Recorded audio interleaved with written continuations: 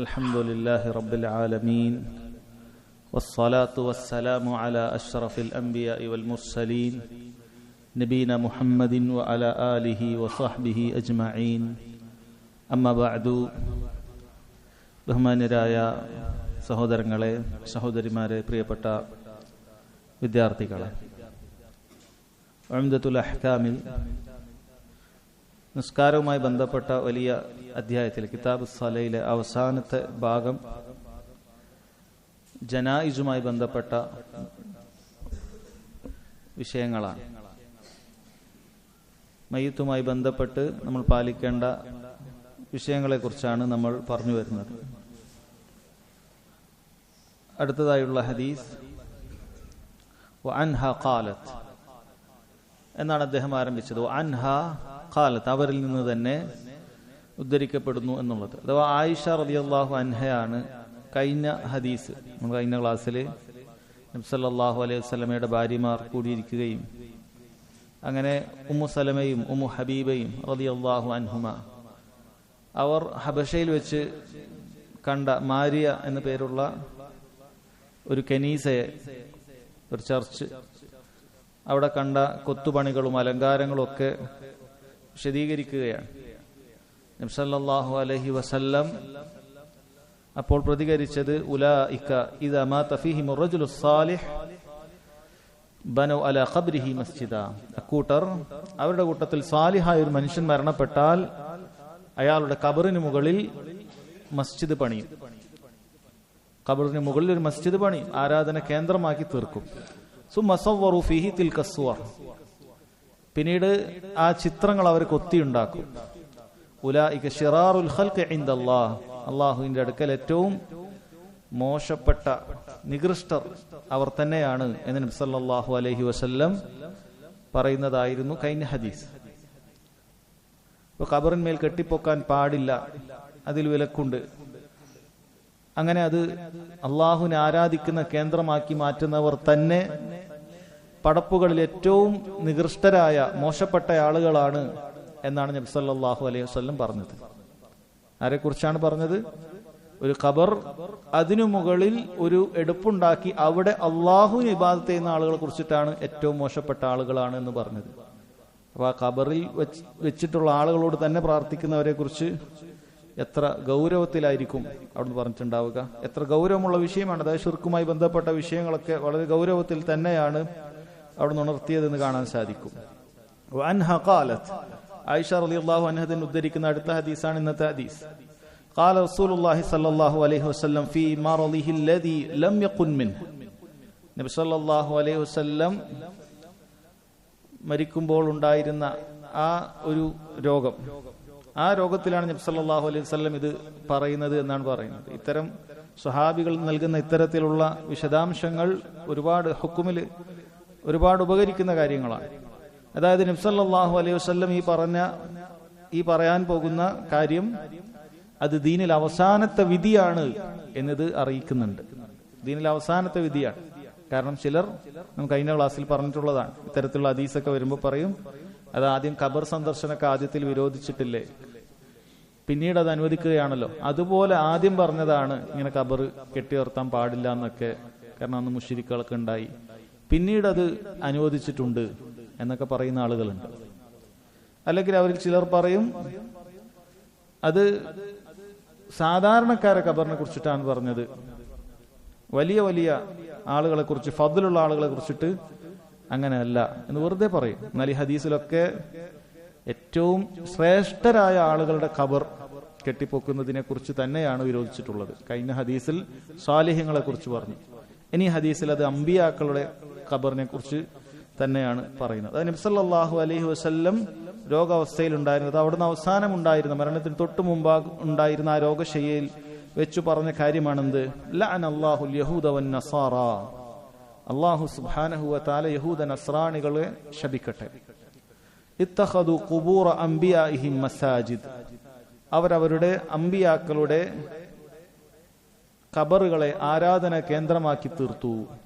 അത് അങ്ങനെ ആരാധന കേന്ദ്രമാക്കി അവർ സ്വീകരിച്ചു എന്നാണ് പറഞ്ഞത്. ഖാലത്ത്, ആയിഷ റളിയല്ലാഹു അൻഹ പറയുകയാണ്, വലൗലാ ദാലിക്, അങ്ങനെ ഒരു പ്രശ്നമില്ലായിരുന്നെങ്കിൽ ലഉബ്രിസ ഖബ്റുഹു, നബി സല്ലല്ലാഹു അലൈഹി വസല്ലമയുടെ ഖബർ അതൊരു തുറസായ പ്രദേശത്ത് വെക്കുമായിരുന്നു. ഗൈറ അന്നഹു ഖുശിയ അൻ യുത്തഖദ മസ്ജിദ, അത് ഒരു ആരാധന കേന്ദ്രമാക്കി പിന്നീട്, അല്ലെ സ്വഹാബികൾ എന്തായാലും അങ്ങനെ ചെയ്യുകയില്ല, ഇത് ഉറപ്പുള്ള കാര്യമാണ്. പക്ഷെ പിന്നീട് അങ്ങനെ ഒരു ആരാധന കേന്ദ്രമാക്കി മാറ്റുമോ എന്നുള്ള ഭയപ്പാട് കാരണത്താലാണ് അങ്ങനെ ചെയ്തത് എന്ന് ആയിഷ റളിയല്ലാഹു അൻഹ പറയുകയാണ്. എന്താണ് സഹോദരങ്ങൾ ഈ ഹദീസിലുള്ളത്? നബി സല്ലല്ലാഹു അലൈഹി വസല്ലം ശാപവാക്ക് പറയുകയാണ്. ലഅനല്ലാഹു അൽ യഹൂദ വൻ നസാറ, യഹൂദ നസ്രാണികളെ അല്ലാഹു സുബ്ഹാനഹു വ തആല ശപിക്കട്ടെ എന്നാണ്. എന്തുകൊണ്ടാണ് അവിടുന്ന് അത്രയും കടുത്ത രൂപത്തിൽ ശാപവാക്കുകൾ ഇവരെ കുറിച്ച് പറഞ്ഞിട്ടുള്ളത്? കാരണം ശാപം എന്ന് പറഞ്ഞാൽ അത് കാരുണ്യത്തിൽ നിന്നും അകറ്റട്ടെ എന്നാണ്. അള്ളാഹുവിന്റെ ഒരു കാരുണ്യവും അവർക്ക് ദുനിയാവിലോ ആഖിറത്തിലോ ലഭിക്കരുത്. അള്ളാഹുവിൽ നിന്നുള്ളൊരു കാരുണ്യം അവർക്ക് ലഭിക്കരുത്. നബി സല്ലല്ലാഹു അലൈഹി വസല്ലം അങ്ങനെ ഒരാളെ പ്രാർത്ഥിച്ചിട്ടുണ്ട് എങ്കിൽ, ശർഈയായ ഒരു വിഷയത്തിൽ ഇങ്ങനെ പറഞ്ഞിട്ടുണ്ട് എങ്കിൽ അത് സംഭവിക്കുന്നതാണ്. അള്ളാഹുവിനോട് പ്രാർത്ഥിക്കുന്ന കാര്യമാണ് എന്ന് മനസ്സിലാക്കുക. എന്നാൽ അതല്ലാത്ത രൂപത്തിലൊക്കെ പല സന്ദർഭത്തിൽ നബി സല്ലല്ലാഹു അലൈഹി വസല്ലം ചില സ്വഹാബികളെ തന്നെ ചില വിഷയങ്ങളിലൊക്കെ താക്കീത് ചെയ്ത് ചീത്ത പറയുന്ന സന്ദർഭങ്ങളുണ്ട്. അങ്ങനെ ചീത്ത പറഞ്ഞിട്ടുണ്ട്. അപ്പൊ അങ്ങനെ ചീത്ത പറഞ്ഞതിനെ കുറിച്ച് നബി സല്ലല്ലാഹു അലൈഹി വസല്ലം അത് പിന്നീട് അല്ലാഹു തആലയോട് പ്രാർത്ഥിക്കുകയാണ്. അല്ലാഹുമ്മ ഇന്നമാ അന ബശർ, അല്ലാഹുവേ ഞാനൊരു മനുഷ്യനാണ്. ഫഅയ്യുൽ മുസ്ലിമീന ലഅൻതുഹു ഔ സബബ്തുഹു, ഞാൻ ഏതെങ്കിലും ഒരു മനുഷ്യനെ, ഒരു മുസ്ലിമിനെ ഞാൻ ശപിച്ചിട്ടുണ്ടെങ്കിൽ അല്ലെങ്കിൽ ചീത്ത പറഞ്ഞിട്ടുണ്ടെങ്കിൽ ഫജ്അൽഹു ലഹു സകാതൻ വ അജ്റാ, അല്ലാഹു നീ അത് അവന് പാപങ്ങൾക്കുള്ള പരിശുദ്ധിയും അതുപോലെ തന്നെ അവന് പ്രതിഫലവുമാക്കി തീർക്കണമേ എന്ന് നബി സല്ലല്ലാഹു അലൈഹി വസല്ലം പ്രാർത്ഥിച്ചിട്ടുണ്ട്. ഈ ഹദീസിൽ നബി സല്ലല്ലാഹു അലൈഹി വസല്ലം ഞാൻ ആരെങ്കിലും ശപിച്ചിട്ടുണ്ടെങ്കിൽ എന്ന് പറയുന്നത് പണ്ഡിതന്മാർ പറഞ്ഞത് അത് നബി സല്ലല്ലാഹു അലൈഹി വസല്ലം പറഞ്ഞ ചില അവരെ ശകാരിച്ച വാക്കുകൾ മാത്രമാണ്. അല്ലാതെ ലഅനക്, അല്ലാഹു നിന്നെ ശപിക്കട്ടെ എന്നതുപോലെയുള്ള നബി സല്ലല്ലാഹു അലൈഹി വസല്ലം ഒരാളെ കുറിച്ചും പറഞ്ഞിട്ടില്ല, അങ്ങനെ പറഞ്ഞിട്ടില്ല. എന്നാൽ ചില സമയത്ത് ചില ആളുകളോടൊക്കെ തരിബത് യദാക്, നിന്റെ കൈകൾ മണ്ണോട് ചേരട്ടെ, അതായത് ചില വാക്കുകൾ പറയും. സഖിലത്ക ഉമ്മുക യാ മുആദ്, മുആദ് നിന്റെ ഉമ്മയെ നിനക്ക് നഷ്ടപ്പെടട്ടെ, എല്ലാ രൂപത്തിലുള്ള വാക്കുകൾ അത് പണ്ഡിതന്മാർ പറയാറുള്ളത്. ഒന്നാമത് ആ വാക്കുകൊണ്ട് അതിൽ പറയുന്ന ദുആ ഉദ്ദേശിക്കപ്പെടാറില്ല, എന്നാലും അങ്ങനെ ശകാരിച്ച വാക്ക് പറഞ്ഞിട്ടുണ്ട്. അപ്പൊ അങ്ങനെ ശകാരിക്കപ്പെട്ട സഹാബികൾക്ക് പോലും നബി സല്ലല്ലാഹു അലൈഹി വസല്ലമയോട് ആരൊക്കെ ശകാരിക്കപ്പെട്ടിട്ടുണ്ട് അവർക്കൊക്കെ പ്രാർത്ഥന ലഭിക്കുകയാണ്. അല്ലാഹു തആല അവർക്ക് കാരുണ്യം ചൊരിയാനും അവർക്ക് പ്രതിഫലം നൽകാനുമായി നബി സല്ലല്ലാഹു അലൈഹി വസല്ലം പ്രാർത്ഥിച്ചിട്ടുണ്ട്. അതുകൊണ്ട് അങ്ങനെ ഏതെങ്കിലുമൊക്കെ ഒരു സഹാബി എന്തെങ്കിലുമൊക്കെ ഒരു വിഷയത്തിൽ ശകാരിക്കപ്പെട്ടിട്ടുണ്ടെങ്കിൽ പോലും അത് അവരുടെ ഫദ്ലിനെയാണ് അറിയിക്കുന്നത് എന്നാണ് പണ്ഡിതന്മാർ പറഞ്ഞത്. ഒരിക്കൽ മുആവിയ റളിയല്ലാഹു അൻഹുവിനെ ലാ അശ്ബഅ അല്ലാഹു ബത്തനക്, അല്ലാഹു താങ്കളെ വയറ് നിറക്കാതിരിക്കട്ടെ എന്ന് പറഞ്ഞിട്ടുണ്ട്. പക്ഷേ മുആവിയ റളിയല്ലാഹു അൻഹുവിനും ഈ പ്രാർത്ഥന ബാധകമാണ്. അദ്ദേഹത്തിന് നബി സല്ലല്ലാഹു അലൈഹി വസല്ലമയുടെ കാരുണ്യവും പ്രതിഫലവും ഒക്കെ നബി സല്ലല്ലാഹു അലൈഹി വസല്ലം കാരുണ്യത്തിനും പ്രതിഫലത്തിനും വേണ്ടിയൊക്കെ അള്ളാഹുവിനോട് പ്രാർത്ഥിച്ചിട്ടുണ്ട്. അത് മുആവിയ റളിയല്ലാഹു അൻഹുവിന്റെ ഫദ്ലായിട്ടാണ് പണ്ഡിതന്മാർ എണ്ണിയിട്ടുള്ളത്. അതല്ലാതെ മുആവിയ റളിയല്ലാഹു അൻഹു ഗൈത്താനുള്ള ഒരു വാക്കായിട്ട് അഹ്ലുസുന്നയുടെ പണ്ഡിതന്മാർ എണ്ണിയിട്ടില്ല. കാരണം ആരെങ്കിലുമൊക്കെ നബി സല്ലല്ലാഹു അലൈഹി വസല്ലം ശകാരിച്ചിട്ടുണ്ടെങ്കിൽ, മുആദിനെ ശകാരിച്ചിട്ടുണ്ട്, പല സ്വഹാബികളെ ശകാരിച്ചിട്ടുണ്ട്, അത് അവർക്ക് പ്രതിഫലാർഹമാകട്ടെ എന്നാണ് പറയുന്നത്. എന്നാൽ ഇവിടെയുള്ള ശകാരം അങ്ങനെയുള്ളതല്ല, മറിച്ചൊരു ശർഈയായ ശകാരമാണ്. അല്ലാഹു സുബ്ഹാനഹു വ തആല യഹൂദ നസ്രാണികളെ ശപിക്കട്ടെ എന്നാണ് പറയുന്നത്. എന്തുകൊണ്ടാണ് അവരെ ശപിക്കട്ടെ എന്ന് പറഞ്ഞത്? ഇത്തഖദു ഖുബൂറ അംബിയാഇഹിം മസാജിദ്, ഒരു കാരണം ഇവിടെ പറയുകയാണ്. അവരവരുടെ അമ്പിയാക്കളുടെ ഖബറുകളെ ആരാധന കേന്ദ്രമാക്കി തീർത്തു എന്നാണ് പറയുന്നത്. അള്ളാഹുവിനെ ആരാധിക്കുന്ന കേന്ദ്രമാക്കി അവർ തീർത്തു. കഴിഞ്ഞുപോയ ശരീഅത്തിലുള്ള ആളുകളാണ് യഹൂദികൾ. യഹൂദികൾ എന്ന് പറഞ്ഞാൽ അത്വാഉ മൂസ അലൈഹി സ്വലാത്തു വസ്സലാമയാണ്. മൂസ അലൈഹി സ്വലാത്തു വസ്സലാമയുടെ പിൻഗാമികളാണ് യഹൂദികൾ എന്ന് പറയുന്നത്. യഹൂദ് എന്ന് പറയുന്ന വാക്ക് പല അഭിപ്രായങ്ങളുണ്ട്. യക്കൂബ് അലൈഹി സ്വലാത്തു വസ്സലാമയുടെ മൂത്ത മകന്റെ പേരാണ് എന്നൊരു അഭിപ്രായം കാണാം. അതുപോലെ തന്നെ അവർ കാളയെ ആരാധിച്ചതിൽ നിന്നും തൗബ ചെയ്തു എന്ന അർത്ഥത്തിലാണ് ഹാദ യഹൂദ് എന്ന അർത്ഥത്തിൽ അങ്ങനെ വിളിക്കപ്പെട്ടതാണ് എന്നൊക്കെ അവരെ കുറിച്ച് പറയപ്പെട്ടത് കാണാൻ സാധിക്കും. എന്തായാലും യഹൂദികൾ അവരന്ന് അവരുടെ ഏതെങ്കിലുമൊക്കെ അമ്പിയാക്കൾ മരിച്ചു കഴിഞ്ഞാൽ, അവർക്ക് ഒരുപാട് അമ്പിയാക്കൾ ഇറങ്ങിയിട്ടുണ്ട്. യഹൂദികളുടെ നബി എന്ന് പറയുന്നത് മൂസ അലൈഹി സ്വലാത്തു വസ്സലാം മാത്രമല്ല. മൂസ അലൈഹി സ്വലാത്തു വസ്സലാം നിലനിൽക്കുമ്പോൾ തന്നെ വേറെ ഹാറൂൻ അലൈഹി സ്വലാത്തു വസ്സലാം അവിടെ ഉണ്ട്. അതുപോലെ പല നബിമാരും ഉണ്ട്. അവസാനത്തെ നബിയായ മുഹമ്മദ് സല്ലല്ലാഹു അലൈഹി വസല്ലമയുടെ ഒരു പ്രത്യേകത മാത്രമായിരുന്നു, അവിടുന്ന് നബിയായിരിക്കുമ്പോൾ ലോകത്ത് മറ്റൊരു നബിയുമില്ല. എന്നാൽ കഴിഞ്ഞുപോയ അമ്പിയാക്കളൊക്കെ ഒരു നാട്ടിൽ ഒരു നബി ഉണ്ടാകുമ്പോൾ മറ്റു നാട്ടിൽ വേറെ നബി ഉണ്ടാകും, അതല്ലെങ്കിൽ അതേ നാട്ടിൽ തന്നെ നബിമാരുണ്ടാകും. അങ്ങനെ ഒരുപാട് നബിമാർ യഹൂദികൾക്ക് കടന്നുപോയിട്ടുണ്ട്. അവർ അമ്പിയാക്കളോട് വളരെ മോശമായിട്ടാണ് പെരുമാറിയത്. അമ്പിയാക്കൾ ചിലർ അവർ കൊന്നിട്ടുണ്ടായിരുന്നു. അതുപോലെ തന്നെ അമ്പിയാക്കളെയും അവരെയും അതുപോലെ തന്നെ ബഹുമാനിക്കപ്പെടുന്നു എന്ന് പറഞ്ഞിട്ട് അവരുടെ ഖബറുകളെ ആരാധന കേന്ദ്രങ്ങളാക്കി തീർത്തിരുന്നു എന്ന് കാണാൻ സാധിക്കും. മസാജിദ് എന്ന് പറഞ്ഞാൽ രണ്ട് അർത്ഥത്തിൽ ഉപയോഗിക്കും. ഒന്ന് മൗദിഉ സുജൂദ്, സുജൂദ് ചെയ്യുന്ന സ്ഥലത്തിന് മസ്ജിദ് എന്ന് പറയും. ഇപ്പൊ നമ്മളിവിടെ സുജൂദ് ചെയ്യുന്ന ഈ ഒരൊറ്റ ഭാഗത്തിന് മസ്ജിദ് എന്ന് പറയും. അതുപോലെ ഈ മുഴുവൻ ആരാധിക്കപ്പെടുന്ന ഈ മുഴുവൻ ഭാഗത്തിനെയും മസ്ജിദ് എന്ന് പറയും. രണ്ടായാലും അങ്ങനെ തന്നെയാണ്. ഖബറിങ്കിൽ പോയി സുജൂദ് ചെയ്യാനും പാടില്ല, അവിടെ പോയി അള്ളാഹുവിനുള്ള മറ്റ് ഇബാദത്തുകളും ചെയ്യാൻ പാടില്ല. സുജൂദ് ചെയ്യുന്നത് മാത്രമല്ല വിലക്കപ്പെടുന്നത് എന്ന് മനസ്സിലാക്കുക. ഖബറിന്റെ അടുക്കൽ പോയി എന്ത് ഇബാദത്ത്, അതായത് അതിന്റെ അടുക്കൽ പ്രത്യേകം പ്രതിഫലം പ്രതീക്ഷിച്ച അള്ളാഹുവിനുള്ള ഇബാദത്തുകളെല്ലാം വിലക്കപ്പെട്ടതാണ്. അങ്ങനെ ഖബറിന്റെ അടുക്കൽ പോയി പ്രത്യേകമായ ഇബാദത്തുകൾ അങ്ങനെ ദീനിലില്ല എന്ന കാര്യം മനസ്സിലാക്കുക. നബി സല്ലല്ലാഹു അലൈഹി വസല്ലം പല സ്ഥലങ്ങളിൽ നിസ്കരിക്കാൻ പാടില്ല എന്ന് പറഞ്ഞിട്ടുണ്ട്. നജസിൽ ഉള്ളിടത്ത് നിസ്കരിക്കാൻ പാടില്ല, ഒട്ടകത്തിന്റെ തൊഴുത്തിൽ നിസ്കരിക്കാൻ പാടില്ല, അതൊക്കെ അതിന്റെ അകത്ത് പാടില്ല എന്നാണ് പറഞ്ഞിട്ടുള്ളത്. എന്നാൽ ഏതെങ്കിലും ഒരു വസ്തുവിലേക്ക് തിരിഞ്ഞ് നിസ്കരിക്കാൻ പാടില്ല എന്ന് പറഞ്ഞിട്ടുണ്ടെങ്കിൽ അത് ഖബറിലേക്ക് മാത്രമാണ്. ഇപ്പൊ നജസുള്ള ഒരു വസ്തുവിന്റെ അടുക്കലേക്ക് തിരിഞ്ഞ് നിസ്കരിക്കാം, ഒരു തെറ്റുമില്ല. അപ്പൊ ഒരു ബാത്റൂം അവിടെ ഉണ്ട്, അപ്പൊ അതിന്റെ പുറത്ത് നിന്നിട്ട് ആ ബാത്റൂമിലേക്ക് ഒരാൾ തിരിഞ്ഞ് നിസ്കരിച്ചാൽ ടോയ്ലറ്റിലേക്ക് തിരിഞ്ഞ് നിസ്കാരം ശരിയാകും, കുഴപ്പമില്ല. കാരണം ബാത്റൂം പുറത്താണ്, നമ്മൾ അതിനെ നേരെ തിരിയുന്നത്. പക്ഷെ ഖബറുണ്ടെങ്കിൽ അതിലേക്ക് തിരിഞ്ഞു നിസ്കരിക്കുന്നത് പോലും നബി സല്ലല്ലാഹു അലൈഹി വസല്ലം വിലക്കിയിട്ടുണ്ട്. കാരണം അത് ഷിർക്കിലേക്ക് എത്തുന്ന കാര്യമാണ്. അതുകൊണ്ട് അതുമായി ബന്ധപ്പെട്ട് ശക്തമായ വിലക്ക് വന്നിരിക്കുന്നത് അതുകൊണ്ടാണ്. കാരണം ഷിർക്കിലേക്ക് എത്തും. ആദ്യം ഖബറിന്റെ അടുക്കൽ നിന്നിട്ട് അള്ളാഹുവിനോട് ഇബാദത്ത് ചെയ്യലായിരിക്കും ആദ്യം ഉണ്ടാവുക. തുടക്കത്തിൽ അങ്ങനെയാണ്, അള്ളാഹു താലയോട് ഇബാദത്ത് ചെയ്യും.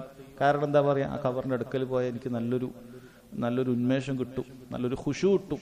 പ്രത്യേകിച്ചും ഖബറിലെ വ്യക്തി ഒരു സാലിഹായ മനുഷ്യനാണ്. അപ്പൊ അയാളുടെ ഖബറിന്റെ അടുക്കൽ പോകുമ്പോൾ നമുക്കൊരു ഉന്മേഷം കിട്ടും. ഇങ്ങനെയുള്ള വസ്വാസുകളാണ് പിശാച് ആദ്യം ഇട്ട് കൊടുക്കുക.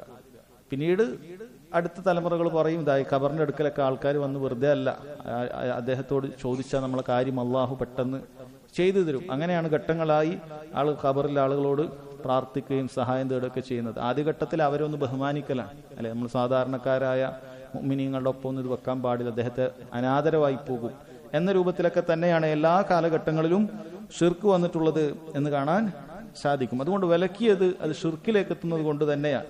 എന്നിട്ട് ആയിഷ റളിയല്ലാഹു അൻഹ പറയുകയാണ്, വലൗലാ ദാലിക് ലഉബ്രിസ ഖബ്റുഹു, അങ്ങനെ ഇല്ലായിരുന്നെങ്കിൽ, അങ്ങനെ ഒരു പ്രശ്നം ഇല്ലായിരുന്നെങ്കിൽ നബി സല്ലല്ലാഹു അലൈഹി വസല്ലമയുടെ ഖബർ അത് വെളിവാകുന്ന സ്ഥലത്ത് തന്നെ വെക്കുമായിരുന്നു എന്നാണ്. നബി സല്ലല്ലാഹു അലൈഹി വസല്ലമയുടെ ഖബർ നമുക്കറിയാം. നബി സല്ലല്ലാഹു അലൈഹി വസല്ലമയുടെ ഖബർ അത് ആയിഷ റളിയല്ലാഹു അൻഹയുടെ വീട്ടിലായിരുന്നു, ഹുജ്റത്തു ആയിഷ റളിയല്ലാഹു അൻഹ. അവിടെയാണ് നബി സല്ലല്ലാഹു അലൈഹി വസല്ലമയുടെ ഖബറായി നിശ്ചയിച്ചത്. അപ്പൊ നബി സല്ലല്ലാഹു അലൈഹി വസല്ലം വഫാത്താകുന്ന സമയത്ത് സഹാബികളിൽ പലർക്കും അഭിപ്രായ വ്യത്യാസം ഉണ്ടായി, എവിടെയാണ് മറമാടുക. ആർക്കും ഒരു അഭിപ്രായം കിട്ടുന്നില്ല. എല്ലാവരും മരണപ്പെട്ട വെപ്രാളത്തിലും പ്രയാസത്തിലും ഒക്കെയാണ്, ആർക്കും ഒരു ഉത്തരം കിട്ടുന്നില്ല. അങ്ങനെ അവസാനം നബി സല്ലല്ലാഹു അലൈഹി വസല്ലം പറഞ്ഞ ഹദീസ്, ഏതൊരു നബിയും ആ നബി എവിടെയാണോ മറമാടപ്പെടുക അവിടെയാണ് മരിക്കുക എന്ന ഹദീസുണ്ട്. ആ ഹദീസിന്റെ അടിസ്ഥാനത്തിലും കൂടിയാണ് ആ സ്ഥലത്ത് തന്നെ, അതായത് മരിച്ച സ്ഥലത്ത് തന്നെ, ആയിഷ റളിയല്ലാഹു വീട്ടിലാണ് മരിച്ചത്, അവിടെ തന്നെ മറമാടിയത്. അതുപോലെ മറ്റൊരു കാരണമാണ് ആയിഷ റളിയല്ലാഹു അൻഹ ഇവിടെ പറയുന്നത്, ഖബറെങ്ങാനും ആളുകൾക്ക് കാണാൻ പറ്റുന്ന, കയറിയിറങ്ങാൻ പറ്റുന്ന ഒരു സ്ഥലത്താണ് എങ്കിൽ എന്ത് സംഭവിക്കും, അവിടെ മസ്ജിദാക്കാൻ, ആരാധന കേന്ദ്രമാക്കാൻ സാധ്യതയുണ്ട് എന്ന് ആയിഷ റളിയല്ലാഹു അൻഹ പറയുകയാണ്. അപ്പൊ ആളുകൾ ലഉബ്രിദ ദാലിക് എന്ന് പറഞ്ഞു കഴിഞ്ഞാൽ അതുകൊണ്ട് ഉദ്ദേശിക്കുന്ന അങ്ങനെ ആളുകൾക്കൊക്കെ കയറാനും ഇറങ്ങാനും ഒക്കെ പറ്റുന്ന, എപ്പോഴും നോക്കി കാണാൻ പറ്റുന്ന രൂപത്തിൽ നോക്കൂ. അല്ലാഹു സുബ്ഹാനഹു വ തആല നബി സല്ലല്ലാഹു അലൈഹി വസല്ലമയുടെ ഖബറിനെ അങ്ങനെ ആക്കിയില്ല. എന്ത് വലിയ അത്ഭുതമാണ്. 1400 വർഷമായിട്ട് നബി സല്ലല്ലാഹു അലൈഹി വസല്ലമയുടെ ഖബർ അള്ളാഹു തആല ആ രൂപത്തിൽ അവിടെ സംരക്ഷിച്ചിരിക്കുകയാണ്. പണ്ഡിതന്മാർ പറയുന്നു, ആദ്യഘട്ടത്തിലുള്ള അള്ളാഹുവിന്റെ സംരക്ഷണം എന്ന് പറയുന്നത് ഒന്നാമത് ആയിഷ റളിയല്ലാഹു അൻഹയുടെ വീടാണ്. അതുകൊണ്ട് തന്നെ മറ്റാരും അവിടെ പ്രവേശിക്കുകയില്ല. ആയിഷ റളിയല്ലാഹു അൻഹ അവിടെ ഉണ്ട്. അതുകൊണ്ട് തന്നെ മറ്റു സഹാബികളിൽ ആരും അവിടെ പ്രവേശിക്കാറ് തന്നെ ഇല്ല. ആയിഷ റളിയല്ലാഹു അൻഹ തന്നെ അവരുടെ വീടിന്റെ ഒരു ഭാഗം, ഈ ഖബറുള്ള ഭാഗം, അവിടെ ഒരു കർട്ടൻ ഇട്ട് മാറ്റിയിട്ട് ഇപ്പുറത്തുനിന്നാണ് ആയിഷ റളിയല്ലാഹു അൻഹ അതൊരു മറയാക്കി അത് മാറ്റി വെച്ചിട്ടാണ് ഇപ്പുറത്താണ് ആയിഷ റളിയല്ലാഹു അൻഹ ജീവിക്കുന്നത്. അപ്പോൾ ഒന്ന് ആയിഷ റളിയല്ലാഹു അൻഹ ഉള്ളത് കൊണ്ട് തന്നെ അവിടെ ഒരാൾക്കും കയറാൻ സാധിച്ചിട്ടില്ല.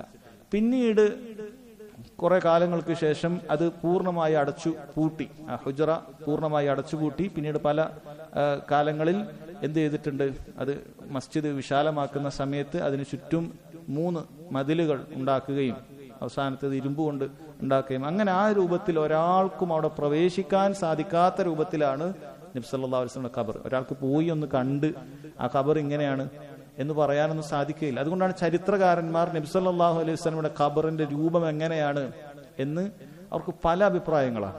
കാരണം ആരും കണ്ട ഒരാൾ പറയണ്ടേ, സഹാബികൾ ആരെങ്കിലും ഒക്കെ പറയണ്ടേ ഇങ്ങനെ ആയിരുന്നു അങ്ങനെ ആയിരുന്നു, അങ്ങനെ എങ്ങനെയാണ് എന്നുള്ളത്, അതായത് അതിന്റെ രൂപം എവിടെ കിടക്കുന്നു, അതിന്റെ പൊസിഷൻ, ഇത് വളരെ അഭിപ്രായ വ്യത്യാസമാണ്. ഉമർ അബൂബക്കറിന്റെ ഖബർ എവിടെയാണ്, ഉമറിന്റെ ഖബർ എവിടെയാണ്, പല അഭിപ്രായങ്ങളും കാണാൻ പറ്റും. ഒന്ന് കുറച്ച് താണിട്ടാണ്, ഒന്ന് അപ്പുറത്തേക്കാണ്. പിന്നെ പല രൂപത്തിലും അവർ അഭിപ്രായം പറഞ്ഞത് ആരും അത് കാണാറില്ലായിരുന്നു എന്നുള്ളതാണ്. അതായത് സഹാബികൾ ആരും തന്നെ നബി സല്ലല്ലാഹു അലൈഹി വസല്ലമയുടെ ഖബറിന് അരികിൽ ചെന്ന് ഒന്നും ചെയ്യാറില്ല. കാരണം നബി സല്ലല്ലാഹു അലൈഹി വസല്ലം സ്വലാത്ത് ചൊല്ലാൻ പറഞ്ഞ ഹദീസിൽ എന്താണ് പറഞ്ഞിട്ടുള്ളത്? അള്ളാഹു സുബ്ഹാനഹു വ തആലക്ക് ചില മലക്കുകളുണ്ട്, നിങ്ങൾ എവിടെ വെച്ച് സ്വലാത്ത് ചൊല്ലിയാലും ആ മലക്കുകൾ അവിടെ എത്തിക്കുന്നതാണ്. ഈ ഹദീസിന്റെ അർത്ഥം വിശദീകരണത്തിൽ പണ്ഡിതന്മാർ പറഞ്ഞു, അത് ഖബർ ഇടയ്ക്കിടെ സന്ദർശിക്കുക എന്നുള്ളത് പാടില്ലാത്തത് കൊണ്ട് തന്നെയാണ് അവിടെ നിന്ന് അങ്ങനെ പറഞ്ഞത്. സലാത്ത് എല്ലാം പോലും ഇടയ്ക്കിടയ്ക്ക് ഖബർ സന്ദർശിക്കുക, മദീനക്കാരനാണെങ്കിൽ പോലും ഇടയ്ക്കിടയ്ക്ക് പോയി സലാത്ത് ചൊല്ലുക, അതിനുവേണ്ടി സലാം പറയാൻ വേണ്ടി ഖബറിന്റെ അടുക്കലേക്ക് പോകുക എന്നുള്ളത് പാടില്ലാത്ത കാര്യമാണ്. അത് വല്ലപ്പോഴും മാത്രം ചെയ്യേണ്ട കാര്യമാണ്, മദീനക്കാരനാണെങ്കിൽ പോലും. മദീനയിലേക്ക് എത്തുന്ന ഒരാൾക്ക് സുന്നത്തുണ്ട്, ആ മസ്ജിദ് നിസ്കരിച്ചു 1000 പ്രതിഫലമൊക്കെ കിട്ടിയാൽ നബി സല്ലല്ലാഹു അലൈഹി വസല്ലം ഖബറിന്റെ അടുക്കലേക്ക് പോയി സലാത്ത് എല്ലാം അല്ലെ, സലാത്ത് അള്ളാഹു തആലയോടുള്ള പ്രാർത്ഥന, അതുപോലും ചിലപ്പോൾ സാധാരണക്കാർക്ക് അറിയില്ല. പലരും സലാത്ത് അല്ല എന്ന് പറഞ്ഞാൽ എന്താണ് അതുകൊണ്ട് ഉദ്ദേശിക്കുന്നത് എന്ന് പോലും അറിയില്ല. അല്ലാഹുമ്മ സല്ലി അലാ മുഹമ്മദ് എന്ന് പറഞ്ഞാൽ പലർക്കും അറിയില്ല. ചിലർക്ക് എന്തോ നബിനോട് ഞാൻ എന്തോ ചോദിക്കുകയാണോ എന്നുള്ള അർത്ഥത്തിലൊക്കെയാണ് അത് പറയുന്നത്. നബി സല്ലല്ലാഹു അലൈഹി വസല്ലമക്ക് സലാത്ത് ചൊല്ലിയാണ് അള്ളാഹുവിന്റെ ഉന്നതമായ സ്ഥാനത്ത് നബി സല്ലല്ലാഹു അലൈഹി വസല്ലമയെ അള്ളാഹു പുകഴ്ത്തുക, അതാണ് അള്ളാഹുവിന്റെ സ്വലാത്ത് എന്ന് പറഞ്ഞാൽ. അതിനുവേണ്ടി നമ്മൾ റബ്ബിനോട് ചോദിക്കണം. അത് ചോദിച്ചാൽ നമുക്ക് അള്ളാഹു തആല 10 പ്രതിഫലം നൽകും. അള്ളാഹു തആല നമ്മളെയും അവിടെ വെച്ച് സ്മരിക്കും, നമുക്ക് പ്രതിഫലം നൽകും. ഇങ്ങനെ ഒരുപാടുള്ള കാര്യങ്ങൾ ഇപ്പൊ പറഞ്ഞു വന്ന സഹോദരങ്ങൾ ആരും അവിടെ പ്രവേശിച്ചിട്ടില്ല എന്നുള്ളതാണ്. ഇബ്നു നജ്ജാർ റഹിമഹുള്ളയുടെ അദ്ദേഹത്തിന്റെ താരീഖുൽ മദീനയിൽ അദ്ദേഹം ഒരു ചരിത്രം പറയുന്നുണ്ട്. ഏതോ ഒരു കാലഘട്ടത്തിൽ ഒരു മനുഷ്യൻ മാത്രം പ്രവേശിച്ചത്. അത് തന്നെ ഒരിക്കൽ മസ്ജിദ് നബവിയിൽ വല്ലാത്ത ദുർഗന്ധമുണ്ടായി എന്നാണ്. എന്താണെന്ന് മനസ്സിലാവുന്നില്ല, എവിടെയാണെന്ന് നോക്കിയിട്ട് കാണുന്നില്ല. അവസാനം അവർക്ക് മനസ്സിലായി അത് ഖബറിന്റെ ഭാഗത്തു നിന്നാണ്. അങ്ങനെ ആ കൂട്ടത്തിൽ അവിടെ ഉണ്ടായിരുന്ന മസ്ജിദിൽ ഇബാദത്തിന് വേണ്ടി ഒഴിഞ്ഞിരുന്ന ഒരു വ്യക്തി ഉണ്ടായിരുന്നു, മദീനക്കാരനൊന്നുമല്ല. അപ്പൊ അയാൾ എല്ലാവരും കൂടി നിങ്ങൾ ഇറങ്ങിക്കോളൂ, കാരണം അത്രയും അവർ ആദരവ് കൽപ്പിച്ചിട്ട് അവരങ്ങോട്ട് പോകാതിരിക്കുകയാണ് ചെയ്തത്. അങ്ങോട്ട് പോകാൻ പാടില്ല എന്ന് തന്നെ അവർക്ക് അറിയാം. അങ്ങനെ ഒരാളെ കയറ് കെട്ടി അതിലേക്ക് ഇറക്കുകയാണ്, കാരണം അത് മുഴുവൻ അടച്ചിട്ടാണുള്ളത്. അങ്ങനെ അയാൾ നോക്കിയപ്പോൾ ഒരു പൂച്ച ചത്ത് കിടക്കുന്നു. അയാൾ അത് എടുത്ത് വൃത്തിയാക്കി അയാളുടെ കയ്യിലുള്ള എന്തോ അത്രയൊക്കെ പുരട്ടി അവിടെ നല്ല മണമുള്ള അവസ്ഥയിലാക്കി അയാൾ തിരിച്ച് കയറിയെന്നാണ്. അതായത് ചരിത്രത്തിൽ ഇതിന്റെ സിഹത്തിൽ ഇത് ഷെയ്ഖ് അബ്ദുസ്സലാം ശുഐർ ഹഫിളഹുല്ലാ അദ്ദേഹം ഷർഹിൽ പറയുന്നതാണ്. അദ്ദേഹം പറയുന്നതിന്റെ സനദിനെ കുറിച്ച് നമുക്ക് വ്യക്തത ഇല്ല, പക്ഷെ ഇങ്ങനെ ഒരു സംഭവം ആകെ ഉള്ളൂ എന്നാണ് പറയുന്നത്. ചരിത്രത്തിൽ തന്നെ ഇങ്ങനെ ഖബർ കണ്ട ആളുകളിൽ വളരെ കുറഞ്ഞ ഒരാൾ ഇങ്ങനെ ഒരു സാഹചര്യത്തിൽ മാത്രമാണ് അവിടെ കണ്ടത്. അതല്ലാതെ ഈ നൂറ്റാണ്ടിലോ കഴിഞ്ഞ നൂറ്റാണ്ടിലോ ഒരു നൂറ്റാണ്ടിൽ പോലും ഒരാളും കണ്ടിട്ടില്ല. അപ്പോഴാണ് നമ്മുടെ നാട്ടിൽ ഒരു മുസ്ലിയാർ, വലിയ ബിസിനസ്സുകാരനായ ഒരു മുസ്ലിയാർ, അയാൾ മുടിവെള്ളം കച്ചവടമാകാൻ വേണ്ടിയിട്ട് നാട്ടുകാരെ പറ്റിച്ചത്. അവിടെയുള്ള ആ ഖബറിന്റെ അടുക്കലുള്ള പൊടികളൊക്കെ നമുക്ക് കളക്ട് ചെയ്യാൻ നമ്മളൊരു ആളവിടെ ഉണ്ട്. അങ്ങനെ അയാൾ അത് കളക്ട് ചെയ്ത് കൊണ്ടുവന്ന് നമ്മൾ ആ പൊടി കൂടി വെള്ളത്തിൽ ഇട്ടിട്ടുണ്ട്. എന്നിട്ടാണ് അത് വിൽക്കുന്നത്. കാരണം വെള്ളം കൊണ്ടുവന്ന് വിൽക്കാൻ നോക്കിയപ്പോൾ മുടിവെള്ളം എന്നുള്ളത് അത് ചീറ്റിപ്പോയി ഏറെക്കുറെ.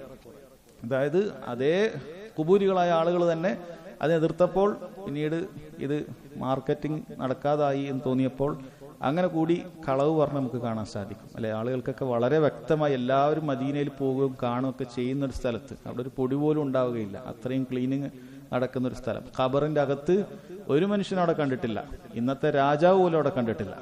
വല്ലപ്പോഴും അവിടെ ഒരു ഗേറ്റ് തുറന്നു കൊടുക്കുന്നത് അത് ആ 3ാമത്തെ മറയിലേക്ക് എത്തുന്ന ഭാഗത്താണ്. ചിലപ്പോൾ ചില രാജ്യത്തുള്ള പ്രതിനിധികളൊക്കെ വന്നു കഴിഞ്ഞാൽ ആ തുറന്നു കൊടുക്കുന്നത് ഖബറിന്റെ തൊട്ടിപ്പുറത്തുള്ള ഒരു ഭാഗത്തേക്ക് മാത്രമാണ്. അതിനപ്പുറത്തേക്ക് 3 മറകളുണ്ട്.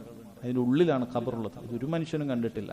അപ്പോഴാണ് ഖബറിന്റെ അടുത്തുള്ള പൊടി എന്ന് പറഞ്ഞിട്ട് എവിടുന്നോ കുറച്ച് ആരതോ ഒരു മുടി എവിടുന്നോ കുറച്ച് പൊടി എന്നിട്ട് അത് കലക്കിയിട്ട് ജനങ്ങൾക്ക് വിതരണം ചെയ്യുന്നത്. അത്തരത്തിലുള്ള ചൂഷണങ്ങൾ സഹോദരങ്ങളെ നമ്മൾ സാന്ദർഭികമായി ഓർമ്മപ്പെടുത്തുകയാണ്. അപ്പൊ നബി സല്ലല്ലാഹു അലൈഹി വസല്ലമയുടെ ഖബർ ആളുകൾ കാണാതിരിക്കാൻ വേണ്ടിയിട്ടാണ് എന്ത് ചെയ്തിട്ടുള്ളത്, ഈ രൂപത്തിൽ ചെയ്തിട്ടുള്ളത് എന്നാണ് ആയിഷ റളിയല്ലാഹു അൻഹ പറഞ്ഞിട്ടുള്ളത്. നബി സല്ലല്ലാഹു അലൈഹി വസല്ലമയുടെ ഖബർ അങ്ങനെ ആരും കണ്ടിട്ടില്ല എന്നർത്ഥം. അതുകൊണ്ടാണ് ബഖീലൊന്നും മറ്റു സഹാബികളുടെ ഒപ്പം ഒന്നും നബി സല്ലല്ലാഹു അലൈഹി വസല്ലമയുടെ ഖബർ വെക്കാതെ, ബാക്കിയുള്ള സഹാബത്തൊക്കെ അങ്ങനെയാണ് ബഖീലാണ് വെച്ചിട്ടുള്ളത് എന്ന് കാണാൻ സാധിക്കും.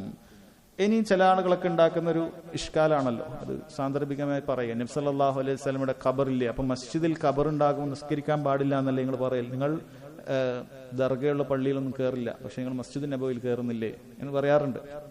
അവർക്കതിന്റെ ചരിത്രവും അറിയില്ല, അതിന്റെ വിഷയം അറിയില്ല. ഒന്നാമതായി പണ്ഡിതന്മാർ പറയാറുള്ളത് ഏതൊരു വിഷയത്തിലും വ്യക്തമായ മറുപടി പറയുന്നതിന് മുമ്പ് നബി സല്ലല്ലാഹു അലൈഹി വസല്ലം അവിടുത്തെ നാവ് കൊണ്ട് വളരെ വ്യക്തമായിട്ട് ഖബർ കെട്ടി ഉയർത്തുന്നത് ശക്തമായി വിലക്കി. അവർക്ക് അവിടെ ഇബാദത്ത് ചെയ്യുന്ന ആൾക്കാരെ ശപിക്കുകയും ചെയ്തു. അത്തരത്തിലുള്ള നിസ്കാരം അത് വിലക്കുകയും ചെയ്തു. അല്ല, അതിലേക്ക് തിരിഞ്ഞ് നിസ്കരിക്കുന്നൊക്കെ വിലക്കി. അപ്പൊ നബി സല്ലല്ലാഹു അലൈഹി വസല്ലം വാക്ക് അവിടെ ഉണ്ട്. പിന്നീട് ആരെങ്കിലും ഒക്കെ അങ്ങനെ ഒരു പ്രവൃത്തി ചെയ്തിട്ടുണ്ട് എങ്കിൽ, ഖബർ മസ്ജിദിന്റെ അകത്താക്കിയിട്ടുണ്ട് എങ്കിൽ, എങ്ങനെയാണ് നബി സല്ലല്ലാഹു അലൈഹി വസല്ലമക്ക് പറഞ്ഞതായിട്ട് അത് വരിക? ഒരിക്കലും അത് വരികയില്ല. കാരണം അവിടുന്ന് പറഞ്ഞിട്ടുള്ളത് വളരെ വ്യക്തമായി താക്കീതാണ്. ഏതുപോലെ പണ്ഡിതന്മാർ പറയാണ്, ഷെയ്ഖുൽ ഇസ്ലാം ഇബ്നു തൈമിയ്യ റഹിമഹുല്ലാഹ് അദ്ദേഹം ഖബറിന്റെ അടുക്കൽ വന്ന് ഖുർആൻ ഓതുന്നതും ഖബറിലുള്ള മണ്ണെടുക്കുന്നതും ഒക്കെ ഇതിനൊക്കെ വളരെ ശക്തമായി എതിർത്ത് കിതാബുകൾ എഴുതിയിട്ടുള്ള ആളാണ്. പക്ഷേ അദ്ദേഹത്തിന്റെ ഖബറിന്റെ അടുക്കൽ വന്ന് ഖുർആൻ ഓതിയിട്ടുണ്ട്. ഒരുപാട് ആളുകൾ ഖത്തം തീർത്ത് അദ്ദേഹത്തിന്റെ അടുക്കൽ ഖത്ത പുരയുണ്ടാക്കി ഖുർആൻ ഓതിയിട്ടുണ്ട് ദിമഷ്കിൽ എന്ന് കാണാൻ സാധിക്കും. അത് അദ്ദേഹം അതിനൊരു കുറ്റമില്ല. ചില ആളുകൾ വലിയ തെളിവായിട്ട് പറയും, ഷെയ്ഖുൽ ഇസ്ലാം ഇബ്നു തൈമിയ്യയുടെ അടുക്കൽ ഇങ്ങനെ ഇത്ര ഖുർആൻ ഓതിയെന്ന് ഇബ്നു കസീർ പറഞ്ഞിട്ടുണ്ട്, ഇന്നാള് പറഞ്ഞിട്ടുണ്ട്. എന്ത് കാര്യം? ഇബ്നു തൈമിയ്യ അത് ശക്തമായി എതിർത്ത് റിസാല എഴുതിയ ആളാണ്. അതുപോലെ അദ്ദേഹത്തിന്റെ ഖബറിന്റെ അടുക്കലുള്ള മണ്ണ് ആളുകൾ ഉപകാരത്തിന് എടുത്തിരുന്നു എന്നാണ്. അതിനൊക്കെതിരെ ശക്തമായി എഴുതിയിട്ടുള്ള ആളാണ് ഷെയ്ഖുൽ ഇസ്ലാം ഇബ്നു തൈമിയ്യ റഹിമഹുല്ലാഹ്. അത് പല പണ്ഡിതന്മാർക്കും സാലിഹ്യങ്ങൾക്കും സംഭവിക്കുന്ന കാര്യമാണ്. കാരണം അവരെതിർത്ത കാര്യത്തെ തന്നെ ആളുകൾ പിന്നീട് ചിലപ്പോൾ അത് ചെയ്യും. അത് അവരുടെ തെറ്റല്ല. ഒന്നാമത്തെ കാര്യം അതാണ്.